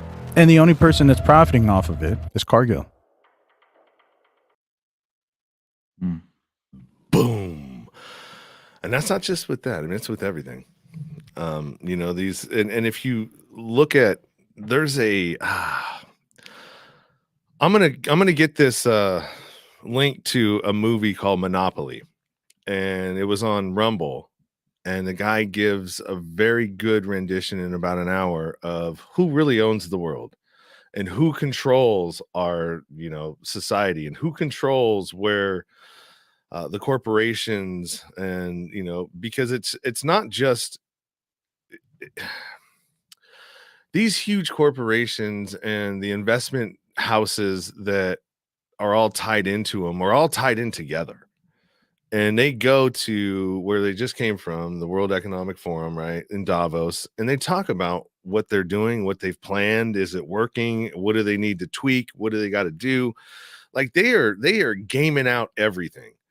And if you know anything about what happened in the event 201, right? The event 201 was the tabletop exercise that was an exact replica of what we just went through 3 years ago.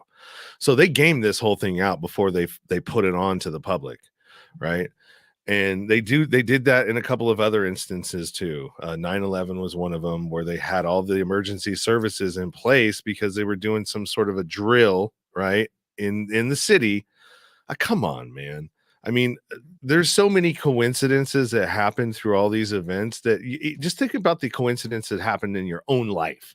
How many coincidences can you remember in your own life where you go, oh my God, I can't believe that's so amazing, right?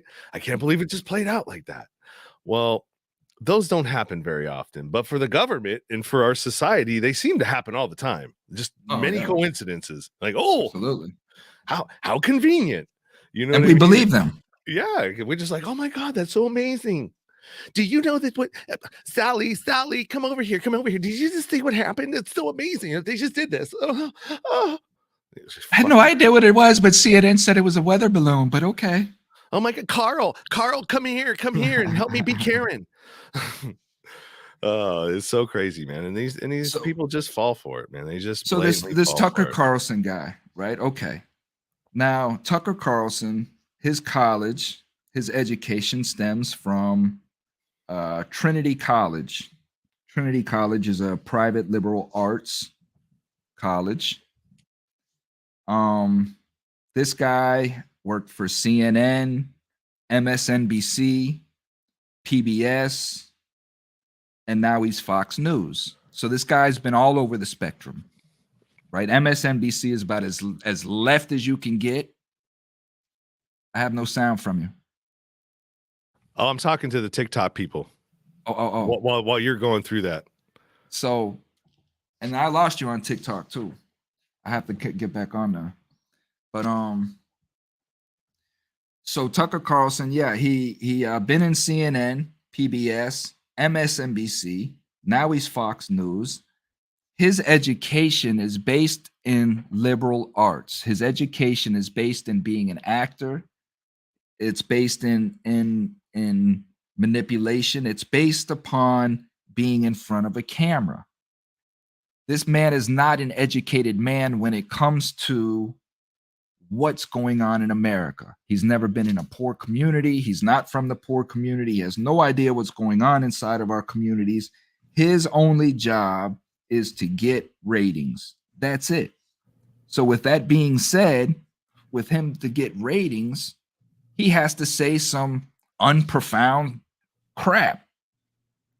You know what I mean? He has to be controversial. He has to do these things. He has to draw emotion out of people, because that's what we like here in America. We like to be emotional. We like to see violence and gore and people robbing each other. And we like to see bank robbers and all this stuff. But when our children go out and do it, we don't like that. We want to send them to prison for life now. It's crazy ass shit. Yeah, you know, I don't know if I believe that. I do to a certain extent, but I mean, if that's true, if what you're saying is true, and this is, you know, just another part of controlled opposition, you know what I mean? Because that's a thing, that's a real thing, controlled opposition. You know what I mean? They want you looking at a version of truth that they control, right? Not what the real truth is. And so Tucker could be. You know, there was one that he had Tulsi Gabbard on, or Tulsi Gabbard had him on her podcast. And Tulsi's another one, man, where I just don't know. I don't know, man. I like everything that she says, right? I don't think she's a Russian puppet like, you know, the Clintons tried to say she was. And, you know, and everything is always goes back to Russia and how bad Russia is, which I honestly don't understand why they're so bad. You know, because they're sovereign. That's why. They're sovereign, and they don't want any part to do with the NWO. They don't want anything to do with this global climate. They don't want anything to do with what anybody else is going on. That's why they're the enemy. Yep. Yeah, I would agree with that too. But Tulsi has a lot of good stuff to say. But I did hear that she was a part of the World Economic Forum. I think the reason why I never researched that is because honestly, I don't want that to be true because I like her. You know what I mean? I like what she has to say. And I think that, if we were going to have any kind of a woman as a president, that she would be an awesome fucking individual to have up there because she embodies everything that you would want in a president, right? She's served, she's served in the military. She's gone and done tours in Iraq. She was a medical person there. She's in the reserves.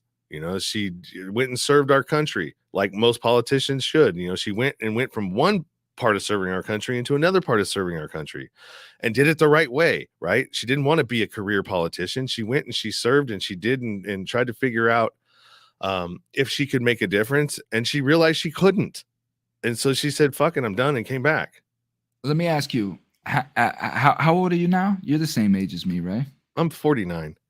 Hold on, I want to hold that thought. I want to acknowledge Whiskey, who TJ Burns came over from the TikTok, and so I just want to acknowledge you. Thank you, brother, for coming from TikTok and checking out the live, man. We appreciate it.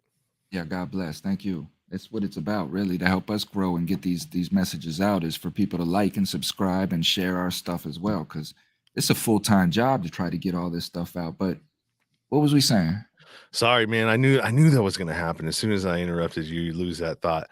We were talking about Tulsi Gabbard and how she. Okay, yeah, right. And I asked your age. So, out of all these presidents that we've had, Sean, how many have directly affected your life? Have they swayed your thought decision in any kind of way? Have they affected your thought process day in, day out? Have they done anything to direct your life in any kind of way? Yes. And so let me explain this real quick. So when Trump in 2016, he changed the tax code, right? Mhm. And he helped out all of his buddies, but really I think he was helping out himself, but all his buddies, that were rich, all profited and were helped as well. But what he did do is he changed it, and he took away all of the union's deductions, right? So if you're a union member, you have union dues, you have tools, you have all these things that you could have deducted, you know what I mean? Clothes, your work clothes, all this stuff that you could deduct on the federal side.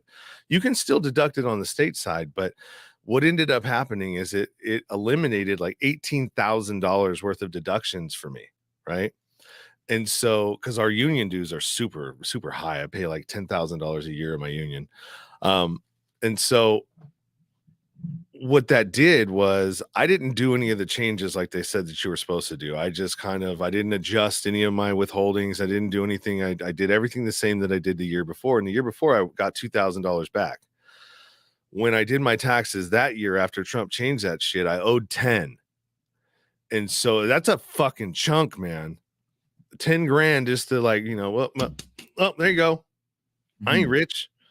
Luckily I had done the only reason I was able to pay it. And part of this was probably why is that I'd win exempted at some point. I think that was in. But I don't know, man. 10 grand. I had it in the bank. No, the only reason I had it in the bank is that I'd gotten my grandparents had passed, and I got a small inheritance, and so I had to just cut it off of that because I wasn't going to put it on payments and pay interest. And so I was lucky. I was lucky I had the money. But if I didn't have the money, what would that have done to me? How much of a hole would that have put me in? Right. And so that's how he affected me. But that's the only time. Other than that, never. Nothing that they do affects anything in my life. And more specifically, our thought pattern. Like, we're not leaving our house thinking about, well, Biden's president today, so I'm gonna choose to do this, or Trump was president, or Obama was president. These people don't factor into us until something occurs that changes our personal life, right? Like for you. But again, how much of that was directed towards you? Like you say, you just happened to fall in line with this political scheme at this time. You know what I mean? And that is in the divisive nature as well, because it divided you from other individuals who didn't get to benefit from that, or maybe was even on the other side. So all of these movements that these people are creating to make us think that they really affect our lives, when it's a minuscule effect, right? Like if our lives were simple, we weren't into the big houses and the cars and having to keep up with all of keeping up with the Joneses or whatnot, how significant would that $10,000 really be? Really wouldn't even be that significant, because we wouldn't be spending that much money. You know what I mean? You understand what I'm saying? Our lives are so minuscule as to only what we need, that everything else in excess is kind of given to somebody else that may be less fortunate than us. But because we're constantly chasing the Joneses, like going back to what we said about the raise, when you get that raise, you bring in another bill, because you know what? I want to upgrade my BMW to a Jag now, to keep up with Roger next door, because Roger just got a Jag, and I see how his wife looks at him. I want my wife to look at me like that,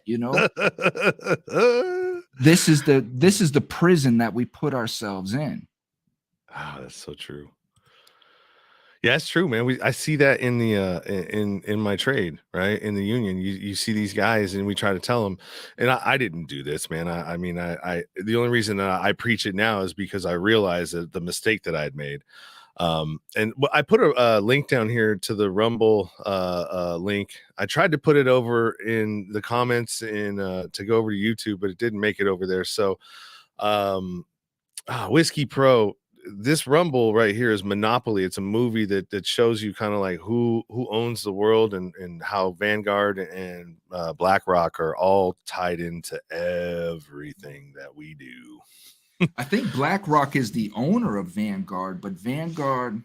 No, BlackRock, the CEO of BlackRock is a gentleman who we know. Vanguard, there's no information. You can't find out who owns Vanguard. You can't find out who's invested in Vanguard. It's secret. You can't find any of this shit out, which is interesting. I ran across, because I used to be in Vanguard. I used to go through Vanguard, and I ran across somewhere. But is it the same Vanguard? Because there's a lot of different Vanguards. There's Vanguard, the trading company. Vanguard is an investment capital company. Okay. What we're talking about when we're talking about Vanguard and BlackRock and all these companies, for the people that don't understand who they are, because these aren't common names in the news. These are capitalists, venture capitalists. These are companies that buy up everything. Right? They own everything, and they take percentages of these businesses. So say me and Sean have a business, and for whatever reason, we fall into the schematics of what a Vanguard or a BlackRock like. They'll come and they'll supply us, they'll fund us, they'll buy us out essentially, and let us continue doing what we do. And they are just a silent partner in the back that makes sure that we continue doing what we're doing, by giving us the money to do so at a percentage clip going back to them, or board access, stock access, however it is. That's who BlackRock, Vanguard is. But yes, they own most of the world, pretty much.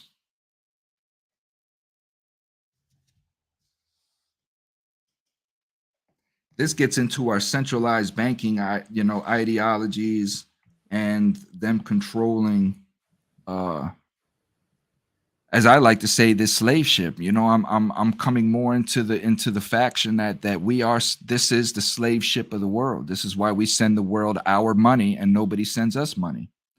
Nobody generates the money that Americans do, and this is why America puts work first.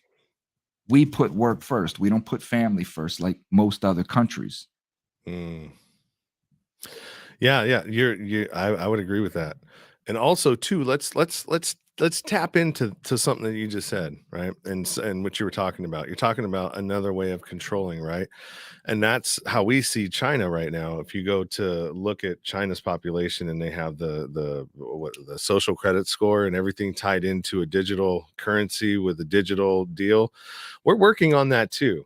It's called the CBDCs, the central bank digital currencies, and the whole FTX thing, the Sam Bankman-Fried thing, all of that. That was all like a controlled demolition to try to get everybody off of Bitcoin and the crypto, right? Because they want to show you that it was unsafe. Oh, look at how unsafe it is, and people can just rip people off and like he did. Well, that was part of the reason is a lot of that money, and I can play a video that explains that whole thing, the part that nobody tells you about, where the Democratic Party's involved and the regulation. So they wanted to show you that it was dangerous so they can turn around and come and regulate it. That's what they do to a lot of things, man. They just, if they want to regulate shit, they'll come and they'll find a way to destroy it or make it look like it's bad for everybody. That way they can get rid of it. Just the same thing with TikTok, right? They don't Facebook take what you said and apply it to 9/11 and the Patriot Act. Oh, everything. Yeah, dude. They create the problem so they can either bring you the solution or sell it to you. And that's it. And that's some simplistic. That is common extortion. We do that in prison, right? When you come into prison and you look green. Oh, that's a good point. When you come into prison and you look green, we'll send a couple homeboys at you to beat the shit out of you, scare you a little bit. And then I'm coming to you. Hey, man, listen, what's going on? You need somebody to look out for you. You need somebody to protect you. You put $200 on my books every day and I'll make all these problems go away. And you'll never be bothered again. Just that simple. Nothing new under the sun, man. Nothing new. Do not reinvent the wheel. No. But going back to, so touch before we move on from this. So Vanguard claims, the Vanguard group claims to be investment owned. So it claims that it is owned by its investors worldwide and that it don't have a particular ownership, private or shareholder. Now, this is where we have to get into the nitty gritty. See, when we research, this is something also that's very important for Americans to understand is how to research, right? And what to look for and to educate yourself, not just to look at the first thing, but you have to dig deep, right? Now, just scratching the surface, let's go and look at, knowing this and knowing that Vanguard says this, let's go and look at who their top investors are right out of the gate. Number one, their largest stake is BlackRock. BlackRock owns 4.77% of Vanguard. So when we get into these things, right, all of these legalities that is put into produced on paper, right, for these loopholes and all of this stuff, you have to we really have to get into understanding the stock exchange, understanding the stock market, understanding capitalism, what Sean was explaining earlier, really understanding how these mechanics work. And we, the people, most importantly, following on what Sean said earlier, is we have to start getting back into our communities, start spending money on your local nonprofits, local businesses, these small people in your communities who are trying to start businesses. We have to put money back into our communities and stop spending money with Amazon, Walmart, these big companies that do nothing for the community but enslave us. The last, Sean, no lie, this is no lie. People don't, I could show it right now. Matter of fact, I might. I've been Ubering for 2 weeks. I haven't gotten one tip in my Uber. Over 50 trips, not one tip from one Uber driver. And the thing of it is are these people not spending money? Of course not. I guarantee They have a slew of things ordered on Amazon. Mm. You won't tip your local person who's in your community, drivers, food delivery people, people that are working Instacart, DoorDash. You won't tip these people, your local restaurants. These people, 9 out of 10 aren't working because they like these types of jobs. They're doing this because they have to as another source of income to stop themselves from being homeless. And yet you aren't tipping these people. And you would rather go to Amazon and spend your money on Amazon because money is tight. Money is tight because of this circle, right? And what's going to happen when all these automated machines come in and take over these people's place? You think these people like being cash registers at Walmart? This was their career choice. They have to do this. And then when these automated machines come in and us greedy Americans are just flying through these self-checkouts, what happens to these people when they can no longer get a job as a cash register? They slide into that UBI. They get into homelessness. And then now we're stepping over this very person, telling them, go get a job. Get off drugs and go get a job, you bum. Pull up your bootstraps, kid. Pull up your bootstraps and go be an American and go work. Well, you know, a lot of those folks are veterans, people that have served our country, and you know, our country has turned their back on them. It's disgusting, man. You know what I mean? And it's crazy. I'm gonna play that. I found that FTX Sam Bankman-Fried deal. So it's like about 7 minutes, maybe a little bit less. And the guy should be drugged behind 4 horses 4 different ways. TJ says, here's what I find funny about capitalism. People will take an Uber to Starbucks wearing Calvin Klein's and tweet about how capitalism is bad. That's a great point, man. Thank you for sharing that. The hypocrisy of democracy. Woo! There you go. Hypocrisy of democracy. Let's make a song about it. I'm sure plenty of people already have, though. All right, so let's hit this new clip here. We're gonna go. Wait a second. That's not where I need to go. Come on, man. Get your text straight, brother. Get your text straight, man. All right, here we go. Back on the TikTok. Friends, this is going to be a quick one. I'm going to give you a rundown on the whole FTX crypto exchange financial drama, as well as cover the rather insidious and bigger story about FTX that mainstream media won't touch. Fair warning, this is such an annoying thing to explain because there's a lot of acronyms, but the recent FTX drama boils down to this. A crypto exchange took customers' money and invested it in unknown assets. And when customers went to pull their money out of the exchange, there was no money. Crypto exchange FTX and its founder Sam Bankman-Fried, or SBF, imploded this week. To put it in perspective, FTX and its competitor Binance are the 2 largest exchanges in the world. Just like with Binance, with FTX, the customer can put in dollars or tokens, and you can trade these tokens. The way these exchanges make money is by charging a transaction fee when you exchange tokens. The transaction fee token that FTX uses is called FTT. It's a utility token that provides access to the FTX trading platform's features and services. And listen, I know it's funny money, but just stick with me here. Sam implemented a backdoor in the FTX bookkeeping, which let him alter his company's financial records without alerting their external auditors. That means when he transferred $10 billion of customer money to his sister company, Alameda, which he also founded, it went undetected. So early in November, CoinDesk, which is like a crypto publication, ran a report on FTX, which is headquartered in the Bahamas, and showed that basically the company was belly up. FTX had minimal liquidity because its founder had invested its customers' money in a bunch of unknown assets. Most of Alameda's assets were tied up in FTT, the funny money, so neither of Sam's companies had any liquidity. They only had fake money.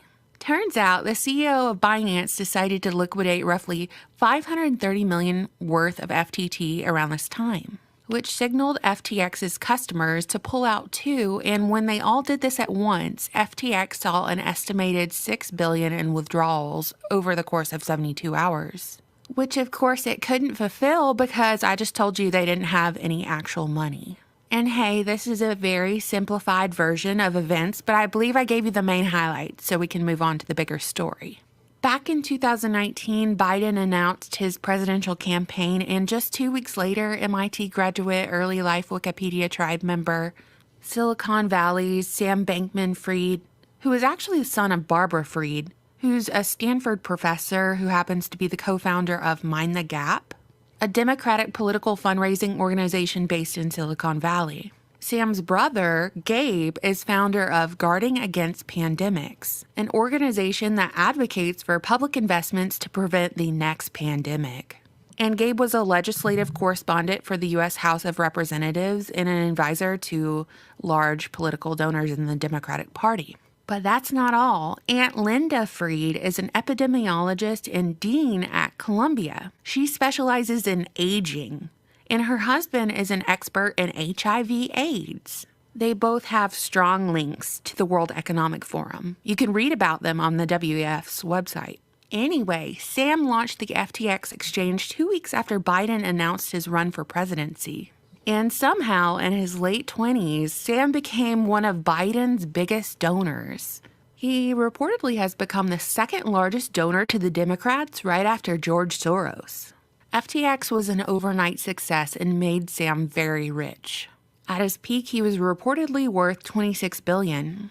And he'd even gotten celebs like Tom Brady and Giselle to promote his crypto exchange. Investment firm Sequoia Capital invested $213 million in Sam's company, only for Sam to turn around and invest $500 million in Sequoia Capital. And not only that, but FTX purchased 30% of Anthony Scaramucci's Skybridge Capital. Once Biden was in office, he appointed Gary Gensler as the SEC chair. The daughter of Gary Gensler's boss at MIT, Caroline Ellison, is now the president of FTX's sister company. That's quite a web that's being woven when the SEC, or the Securities and Exchange Commission, is supposed to be protecting investors. In theory, they're supposed to be fair and not corrupt and impartial and all that. But I digress. FTX's head of ventures is Amy Wu, who used to work for the Clinton Foundation. And I'm undoubtedly going to butcher some of these names here, but it is what it is. FTX's policy and regulation head, Mark Wetchen, served as Obama's commodity futures trading commissioner. And there were reports that FTX wanted to spend over $1 billion on the Democrat Party for 2024. According to another report by CoinDesk, the Ukrainian government launched a crypto donations partnership with FTX in March of 2022. FTX was converting donations into fiat for a deposit at the National Bank of Ukraine. Aid for Ukraine was the official initiative that raised funds from the crypto community for the benefit of Ukraine's military and humanitarian needs. Quote, the Aid for Ukraine effort utilized FTX services to convert crypto funds received into fiat and send the donations to the National Bank of Ukraine, ultimately becoming the 5th largest charitable foundation assisting in the country's war effort. End quote. Let's just get all our ducks in a row here. The foreign aid that the U.S. government sent Ukraine was then put into FTX. And I just told you that the way exchanges make money is by transactions, so FTX made a ton of money from the U.S. government sending our tax dollars to Ukraine, and Ukraine partnering with FTX, which Sam Bankman-Fried then turned around and donated to the Democratic Party. For the midterms alone, Sam gave Democrats $40 million from his now bankrupt crypto exchange.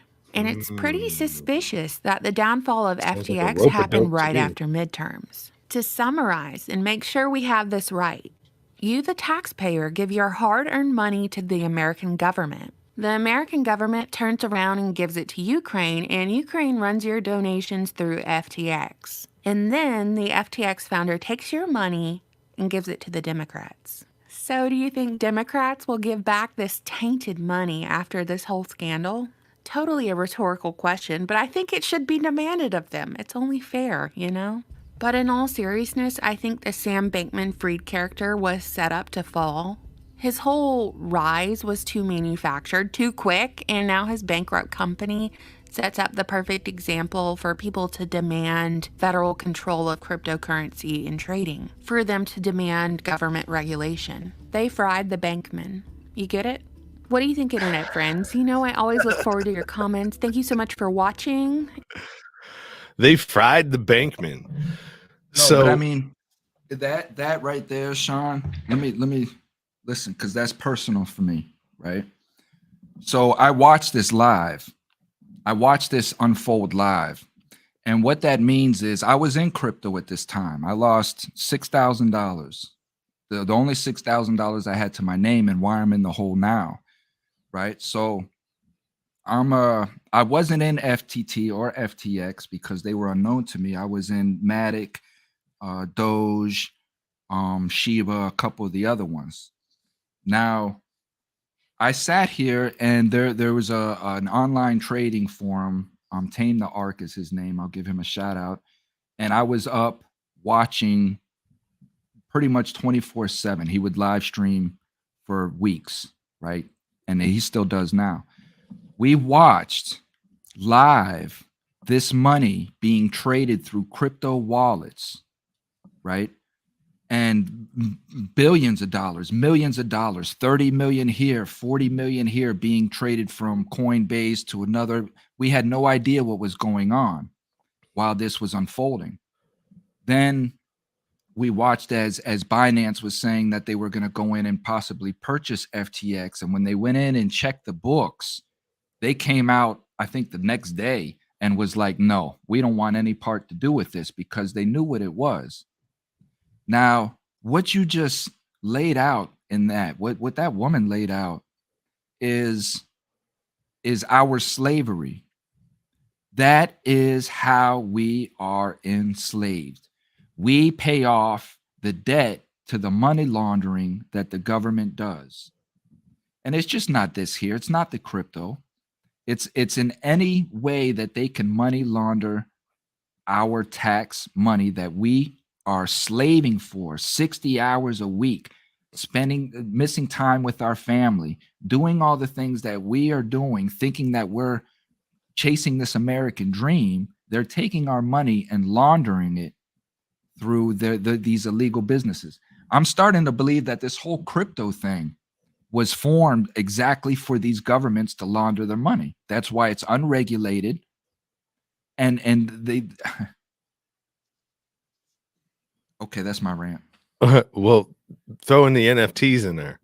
So what's All an of it, NFT? everything. What's an NFT? An NFT is a digital it's a digital piece of art that you have. Like if somebody makes an NFT of some sort of a art piece or of something, that mean I didn't understand the NFT thing, but I understand how you could what's it called, launder money through it, right? Because it's not regulated. I just bought this NFT, all right, I spent 2 million on an NFT, right?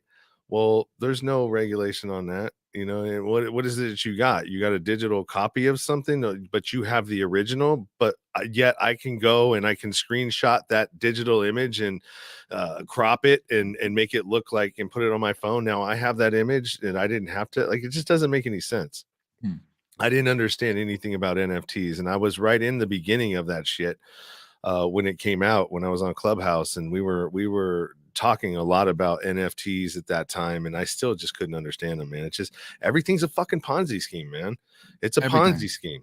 Everything from the moment we open our eyes to the moment we close them, we are under attack for our energy, our work, right? This Sam Bankman-Fried, come on, man. Do you think that this kid was intelligent enough to pull off this type of scheme alone? This was all his idea? Come on, man. This kid, just like the lady said, if that's even his real name, we know that the CIA can change your name and alter your name to anything that it wants to be.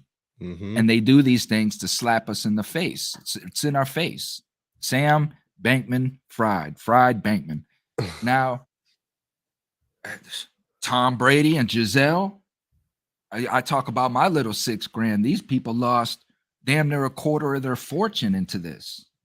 and there's a whole slew of them. Shaq, a whole slew of athletes, because that's what he was doing, was going around and marketing athletes for the what? The likability, to get us to trust him. We see Tom Brady, we see Shaq. Oh, they're into it. Let me throw all my money into it. These are great guys. The know, like, and trust factor. You got to build that factor in order to separate people from their wallets.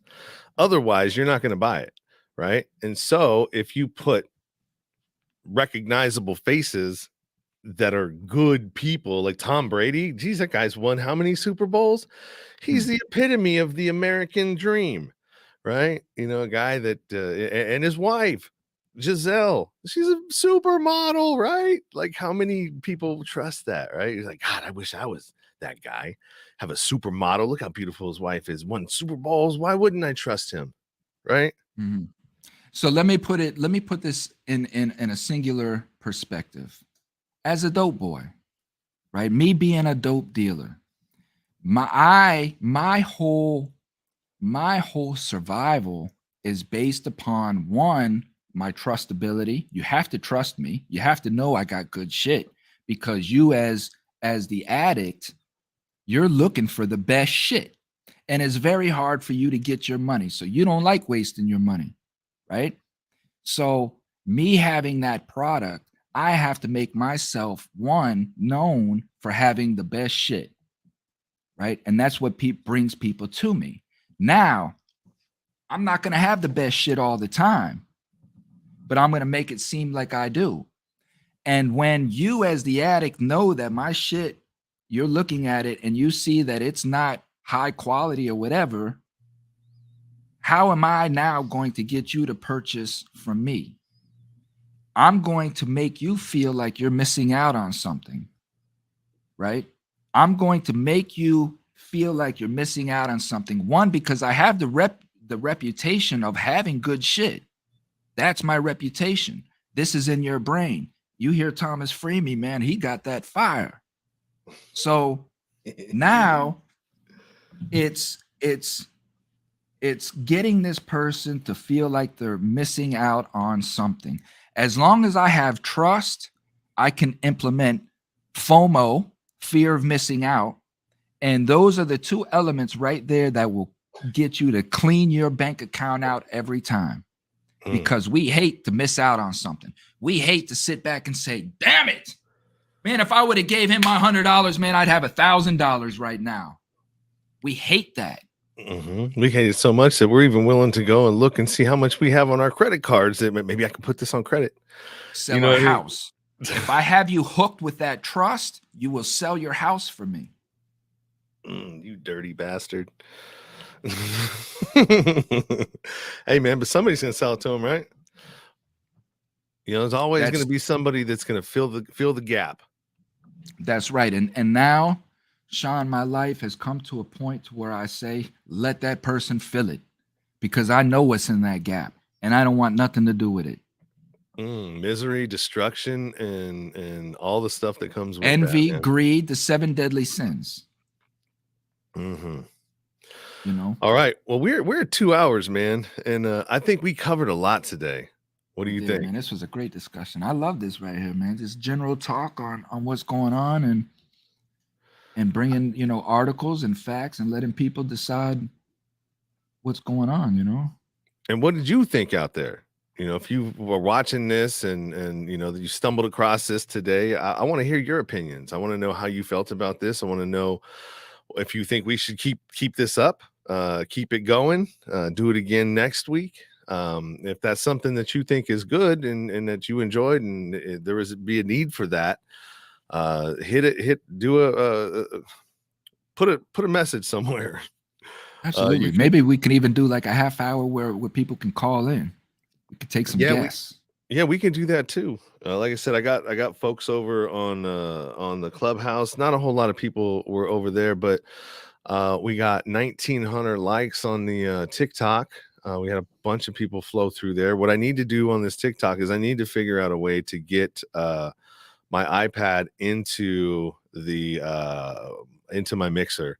Because if we get into the mixer, then they can hear our conversation back and forth. where, you know what I mean? They don't have to, you don't have to be on in order for them to hear anything, and they don't have to be on YouTube in order to hear the clips. They'd be able to hear it directly through there, because right now they can't get into the they can't hear you, and they can't hear the clips, so it's just dead silence when I'm playing these clips, and so they're not really able to join in that way. So we got to figure that out, because I think that, well, they can't hear me anymore, because when I was live with you on TikTok, they could hear me.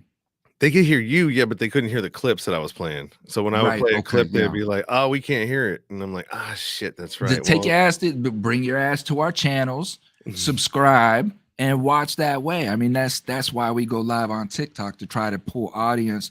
Listen, people, I mean, if you really mess with us, you like us, you dig us, we're doing this, one, because this is our passion.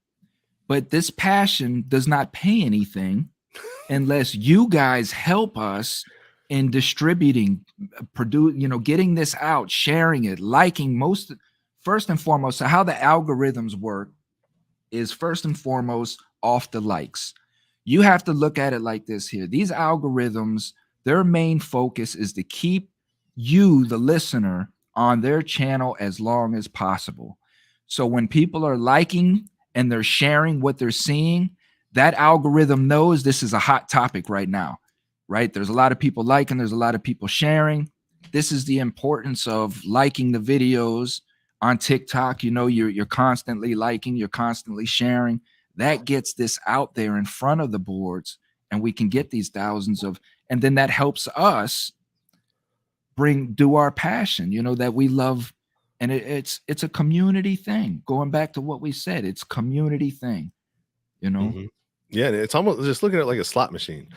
And so once you start commenting and liking it, it starts racking things up. It's like ring, ding, ding, ding, ding, ding, ding, ding, ding, ding, ding. You know what I mean? And so you get into the to the algorithm, and it just starts rewarding you. Bam, bam, bam, bam, bam.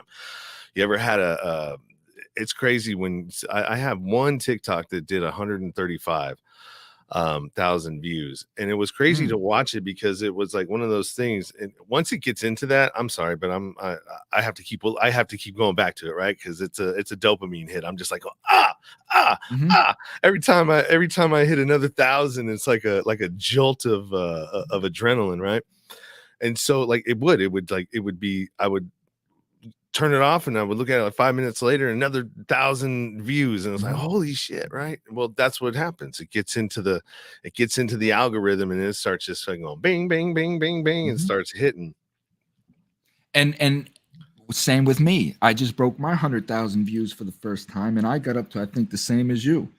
And yes, it's that euphoric feeling of one, I think, acceptability, knowing that, yes, look at, okay, yeah, I get 400 views, 500 views, 1,000 views, but now when you get up to 50,000, 60,000, 100,000 views, that makes you feel accomplished in a sense. It's a milestone for us streamers. But in order, for me, at least, what I found, Sean, is like when I see, because I got a couple videos that hit up to 70, 60, I haven't broke that 100. But what I find is when it's snowballing like that, when you see that it starts to roll, you have to be active in it. You have to like all the comments, you're responding, even if it's with smiley faces or whatnot. And then they comment, you get a discussion going, and that thing just starts, you know what I mean? Going. Because while somebody's in there commenting, your video is constantly looping. It's playing, playing, playing. You know what I mean? So if you can get a discussion going in your video, that really helps that analytic firestorm take off. This guy's funny as fuck, man. All right, so TJ Burns, and I agree with everything you just said. You gotta like, you gotta work it. Yeah, the algorithm, once you get in there, and what you're explaining is, and by commenting and doing the things that you're doing, you're like blowing, right, trying to blow that fire up. Exactly. You know what I'm saying? You're blowing on the fire, trying to get it to ignite even more, and then you want the men to just woof. And people have no clue. People have no understanding of how much work goes into what you and I do just to get us a couple views. Oh yeah, You know what I no, mean? Just to get us a of time. couple views. Oh yeah, You know no, what I it's a mean? Just lot to of get time. us a couple views, a lot of time, a lot of work, a lot of dedication. You know what I mean? Just for some guy to flip us on for 10 seconds and say, ah, look at these two assholes and flip us off. And this one's not even my main shit, right? This is just like filler. This is filling in between my main episodes that I drop on Mondays. So I just think that it's important. There's not enough people talking about this type of stuff. And if you like this type of stuff, and if you like what we're talking about, do us a favor, man. Go over and subscribe on YouTube. Hit my what the fuck am I trying to say? Hit the website, SeanDustin.com. Go over there and subscribe to all my places, all my links and everything. All my social media is over there. You can all my stuff's there. Even guest appearances. You can review my podcast there. You can do all kinds of shit there. Yeah, and before we get off, let me throw this out there as well too, because I didn't drop, but I have a raffle going as well. If you guys like supporting homeless, I have a project. I'm a nonprofit founder. I didn't mention this at the top, but I'm a nonprofit founder here in Florida. You can go to www.cominghomecoalition.com. We have a raffle going at the end of the month, the end of March, to win Tampa Bay Rays baseball tickets. There's other prizes as well. But it's all to help our project Start Fresh, which is we take one homeless person. And this homeless person isn't just somebody that's laying around doing drugs or has completely given up, but this is a homeless person who has still the fight in them, and they're still motivated. They're getting up, trying to accomplish every day. It's just that they're in a hole that is insurmountable to that one person. So we take that person and we facilitate them all the way back into self-sufficiency by holding raffles and fundraisers and things like that. So please, Coming Home Coalition. Again, you can just Google Thomas FreeMe to find all my platforms in that. So I just want to throw that out there. I appreciate that. Yeah, find Thomas there. I should have thrown that up there.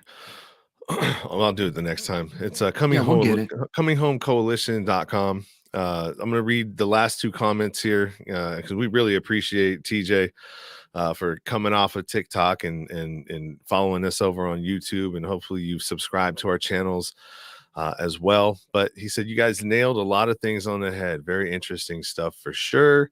And then a funny comment, we need a dance off between you two on TikTok to help that algorithm. Hey, I could do that now. If we get, hey man, if we can get to, I don't know, 50,000 likes on our show, maybe if we put together a show, maybe we'll do a little break dancing. Yeah, I do follow some guys that do some dancing stuff on TikToks, and they show you how to do the moves and slow and everything else. This is one cool dude, man. Every time he does it, it's like, he plays like a lot of the old rap music. Hold on, wait, it has that specific beat to it that you can do the slow pop lock stuff. You know what I mean? That I don't know. It's hard to explain. It's in my head that I can do it, but I try to do it. Aside for the silliness, because I'm not really a silly person. We're talking about, right? But go I ahead. have baseball cards. Man, I have a whole store. I'm looking at them right now. A whole box of baseball cards from the 80s, right? And I want to do something with this to one, raise awareness, to help grow. I have so many things to give away. So maybe we can start doing giveaways on TikTok, right? If we start achieving something, maybe we can come up with something like that. As far as, my biggest thing, I don't get into, because for me, and I know as Sean as well, we both talked about this, our agenda is not likes and subscribes. You know what I mean? With me being in the prisons I've been in, I could easily come on here and talk about a lot of what these people talk about when they come home from prison and they have 100,000 subscribers. I could come home and talk about that stuff as well. That's not what I do, because it keeps the stigma going. It's misinformation, and a lot of it is false. A lot of these people that we see on YouTube with these convict channels, they weren't even in the action like that. These were the cowards that were hiding behind windows watching the action go on, because you would never see a soldier coming back from the front lines of war bragging about the war that he was just in. So I refuse to. That's a great fucking point, man. You just don't see it. You know, these soldiers are coming back and they're telling you, man, listen, that is not a place to be. Keep your ass out of the service, son. Do not go to war. You know, and that is what both you and I message is, because of your experiences with addiction and prison and being in the bottom, as well as mine. You know, so we're here to tell you guys not to do this. That is our mission, our goal. It's not for likes and subscribes. So for me, dancing and doing silly stuff like that, you'll never see me do. You know, I won't get into stuff like that. But I'm not calling anybody out on that. I'm just saying that with me, you'll never see that type of interaction. You know, this is serious stuff, and I'm about connecting us, like TJ, like you say. That's a beautiful thing, because that shows you here's an American citizen who is willing to contribute, and that's what we're asking us to do, is to contribute. You know, all of us have to take part in this. Yeah, but it's not even, you know, we're not even asking for a monetary contribution. Just contribute a like, contribute a subscribe or a review on iTunes. You know what I mean? All that kind of stuff doesn't cost any money. It just takes a couple pokes and swipes and you're done, you know? And so, oh shit. Well, us being nonprofits, we definitely are asking for monetary donations in that aspect. But with that being said, and I can vouch for this gentleman right here, right? With that being said, your money that is donated to our nonprofits, you know, is going to what we say that is going to, and that we are actually doing the things that we're doing to try to help our community. Yep.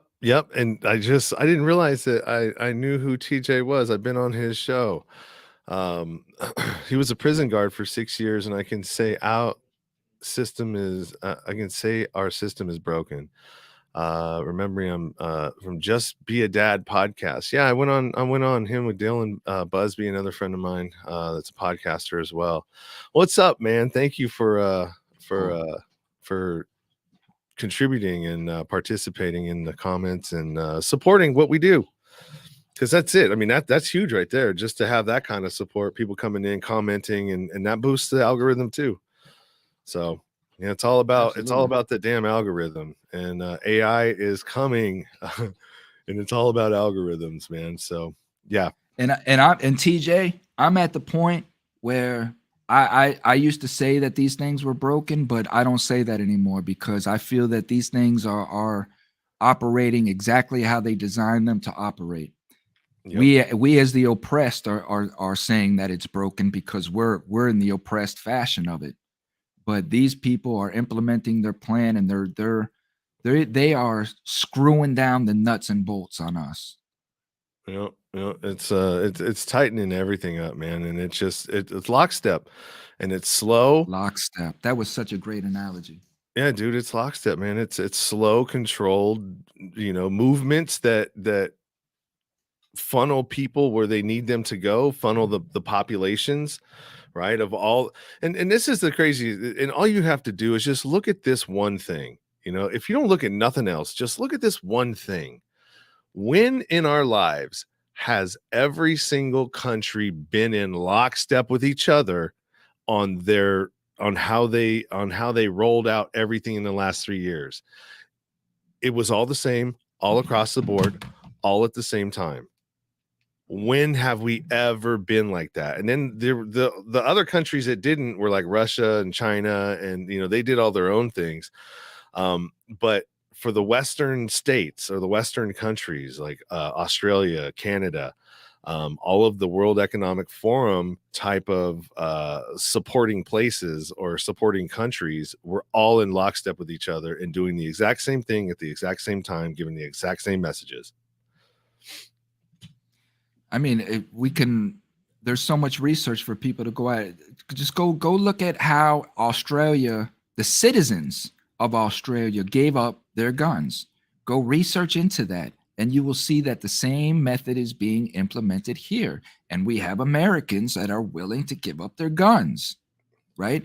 So it's understanding that they are not reinventing the wheel. They are just using methods from prior generations that us as human beings now in this time have no concept of, because it's not in our physical brains.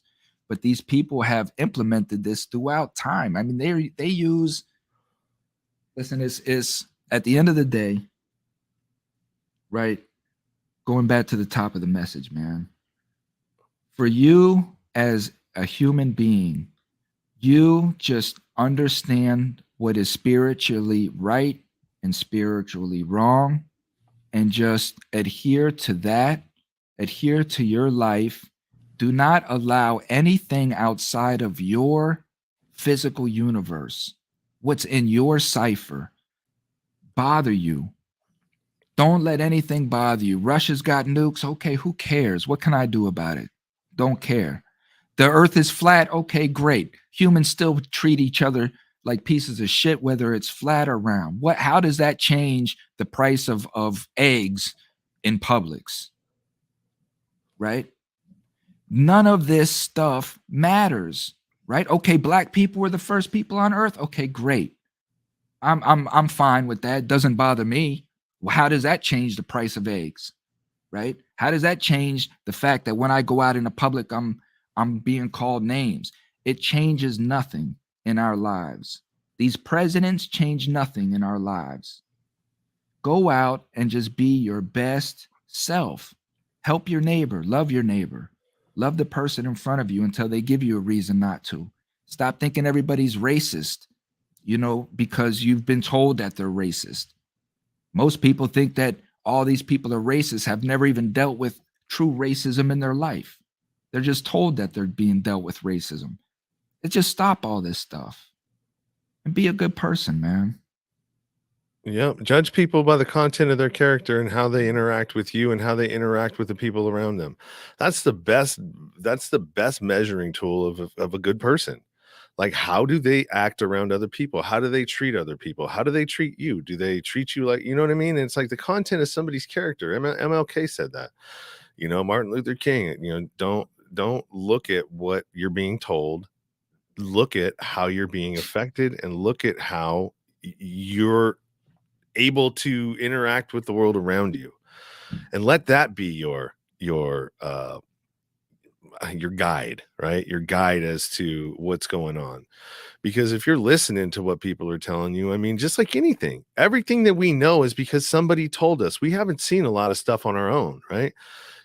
That's why and I'm not going to get into like a flat earth discussion, and I'm not a flat earther, but it's just there's so much to it, man. There's so much to it. And I just lost my train of thought. I just lost my train of thought, and that was me trying to like ad lib something because I couldn't remember what I was just saying. Well, no, but that's exactly it. Is you're on point, and I know that you get it.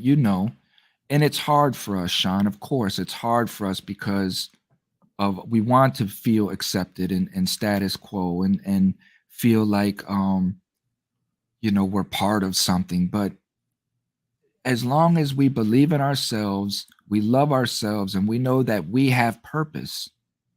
We have purpose. I don't have to be like you. I don't have to believe what you believe. I don't have to know what you know. That's not what my purpose is. My purpose is to understand what I've experienced, my personal experiences, to process those, understand those, and grow from those. That's all it's about. Yep.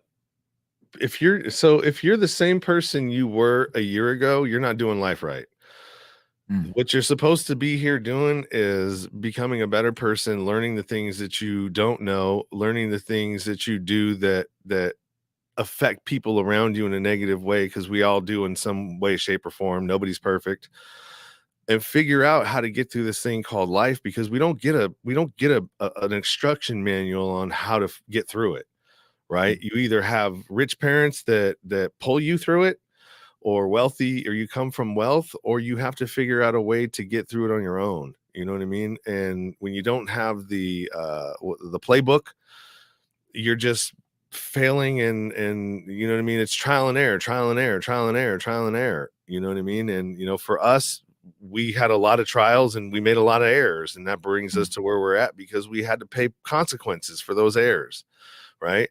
And we seen and we learned a lot from those errors. And hopefully, you know what I mean, that we are not going to go back to that same situation that we were in, because we realize that we are wasting a lot of time by being there. And the other people that are there are a bunch of talented people too that made bad decisions and mistakes. And a lot of them are never going to see the light of day, and they're very talented. Right. I was super surprised when I went to prison and seeing how many fucking artists there were there that create beautiful fucking pictures, right? Beautiful paintings. You have leather workers, people that just have all kinds of creativity within them, people that can sing their ass off, play the guitar. Like, there was so much talent locked away and will never get to see the light of day because they made a mistake. But you know why? You know why you see all that talent in prison, Sean? Why? Because these are human beings that have time on their hands. Mm-hmm. They have time to look within to find who they are, what they like, don't like, explore different things, because they're not distracted with everything that's going on in life. These are individuals that have the opportunity to find themselves. That is why you see so much talent in prison. But it was stuff that they had before, right? They weren't just tapping into new things. They were tapping into the old things that they had picked up at some point and never had a chance as a child to. That's right. Because their parents told them they'll never go nowhere with that. Yeah. You know what I mean? That's exactly right, Sean, because as children, this is why it's very important that you let your child be a child. If you see that your child is playing with dolls, let them play with dolls, because in his mind, he don't know that he's playing with dolls. He's constructing. He's he or she, they're formulating in their mind, they're constructing, they're imagining, they're growing upon the skills that particular human being is growing in. And then when we step in as adults, because we're scared of stigma, what's Johnny next door going to say if he sees my boy playing with dolls in the yard?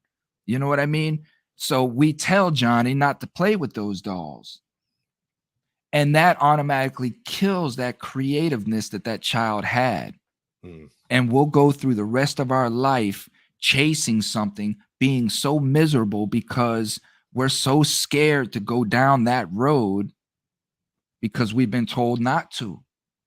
When we go to prison, we are at the end of our rope.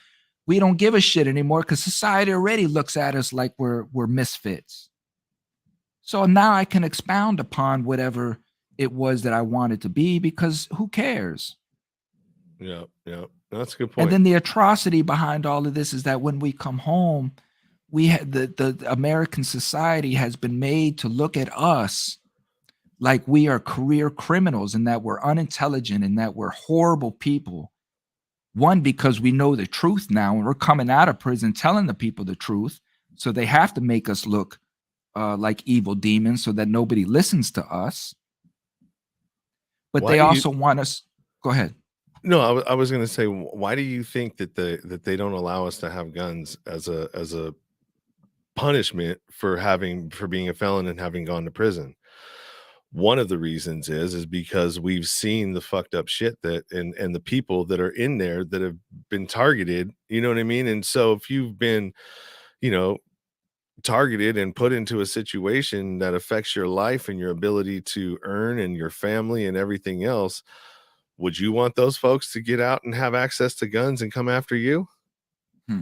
As the people that put them away? And if you know anything about the DEA and the federal system, you'll know that a lot of this stuff is manufactured, and the way that they get people into prison is not really legit. There are some legits, like Jeffrey Dahmer. That was a real that was a real problem for society, right? There are these individuals that do need to be there. But there's a whole lot of them that were coerced into doing the things that got them there, or that were told on somebody that may have, you may have done something in your life. You may have sold some drugs maybe, but you moved on and you've got out of that. But somebody can just come along and say, hey, this guy sold me, a pound of cocaine or meth or whatever for a whole year.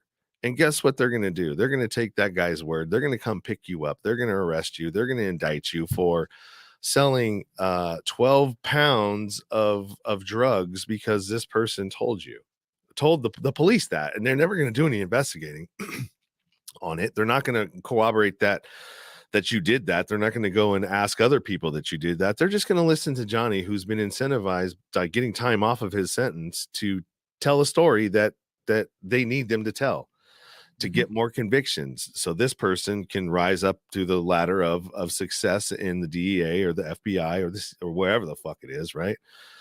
And then, the 98% conviction rate still goes. They get the money from the federal government because they keep that conviction rate high, and it's just all a fucking machine, man. It's all a machine. And then you've got Unicor, which is in the federal system that Walmart uses, McDonald's uses, all of these companies that are in BlackRock and Vanguard that are invested in all use prison labor, right? The Air Force uses it, the military uses it. I talked to somebody, a women's prison, where they sandblasted Humvees for the government as a part of the Unicor program. So they're making a shitload of money on these for-profit systems like Unicor, while we are giving the government with our tax dollars $40,000 a year per inmate, or I think it's 44 per inmate per year, right? But you have a for-profit business that these inmates are working and making money for some private corporation that, I believe the number when I talked to an accountant that was working there during the pandemic, because all the people had free phone calls during the pandemic. So I was able to talk to a bunch of federal prisoners that were in there on ghost dope charges. And she said that they profited like 500,000 or 500 million the particular year. Dude, 500 million could pay for all of those inmates and pay for that prison and the guards and everything else without taxpayer money. But we're not going to do that because, some corporation somewhere needs to make money on that slave labor, because that's really all it is. Slave labor. No, I mean, So that's and Unicor is a perfect example of that, because like you say, we're accustomed to saying that the inmate gets $36,000 a year. Let's say, that's how much. It's way more than that. It's way more than that, because that figure right there is specifically for that inmate and how much it causes to house that inmate, not what that inmate generates, right? So again, that is being taxed as well. I was in the federal system when they transitioned from the private contracts to the government contracts with Unicor because of the lawsuits, because of, as you said, slave labor. So Unicor had private contracts with private businesses, furniture companies, all kinds of private companies. Call centers where these Unicors that was in a precise prison that was in a certain town could use a call center, could use an automotive breakdown mechanic shop, whatever it was, and the inmates were not paid for that. But a lawsuit came out specifically over the furniture that it was unfair that this company had a contract with the prison, getting their labor from them because they could reduce their price at such a rate that other competitors could not compete. They could not compete with the price because these are American citizens that they're getting slave labor from. So then the Unicor switched from private contracts to government contracts. So that's exactly it. Anything that is government associated, even if it is a private company that's contracted through the government, can be facilitated through the slave labor of Unicor. But I want to go back to the question about the guns. Why do we lose our guns, our gun rights, right? And I also want to add on to what you said in the aspect that when a person goes to prison, a person that goes to prison is what? They're non-compliant, right? These are individuals who do not comply. And history shows that any government control has always tried to eradicate the alpha mind, right? The rebellious. They tried to get rid of the rebellious. They tried to eradicate the rebellious at all costs, whether incarcerate them, kill them, mutilate them, take away their guns. So this is one of the reasons why we lose our two most established rights, our voting rights and our gun rights, becoming a convicted felon, because we have a rebellious mindset. We're non-compliant. Yeah, those are all great points, man. I think I'm out of gas. Yeah. No, this is great. It's been a great show, man. I think I'm out of gas. A shout out to one of my subscribers, Chris. Chris has been on all my platforms, man. He loves the conversations, but it's like he says, that's exactly what I needed to hear. And this is why we do what we do, because there are people out there that need to hear these messages, because of the chaos that's going on in their life that is affecting them on a personal level. They stay in an emotional state.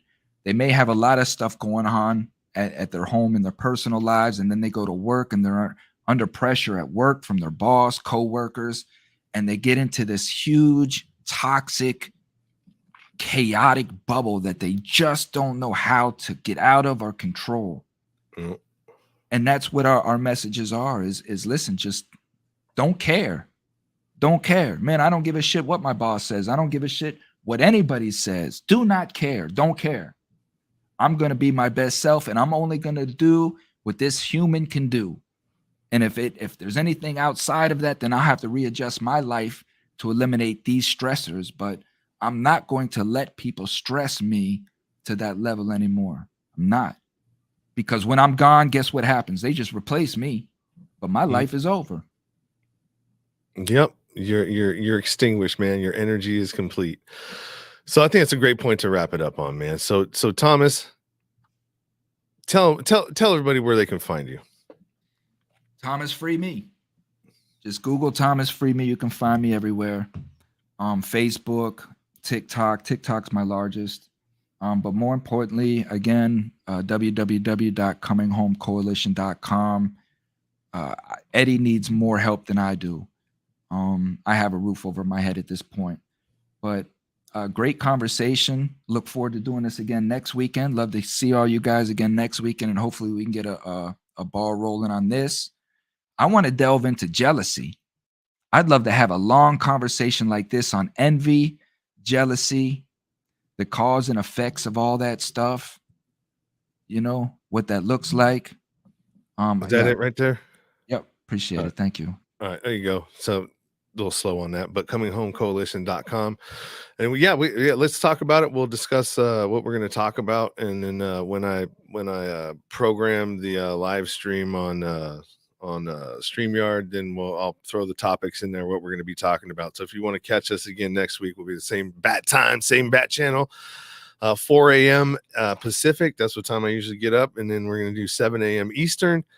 I'm from the Nowhere to Go But Up podcast. My name is Sean Dustin, and thanks for joining. Thanks if you're on TikTok. Thank you if you're on Clubhouse. Thank you as well. We got a couple people over there still. Appreciate it. As always, keep it 100. Stay true to yourself. Everything else is just noise. Peace. We out. Thank you.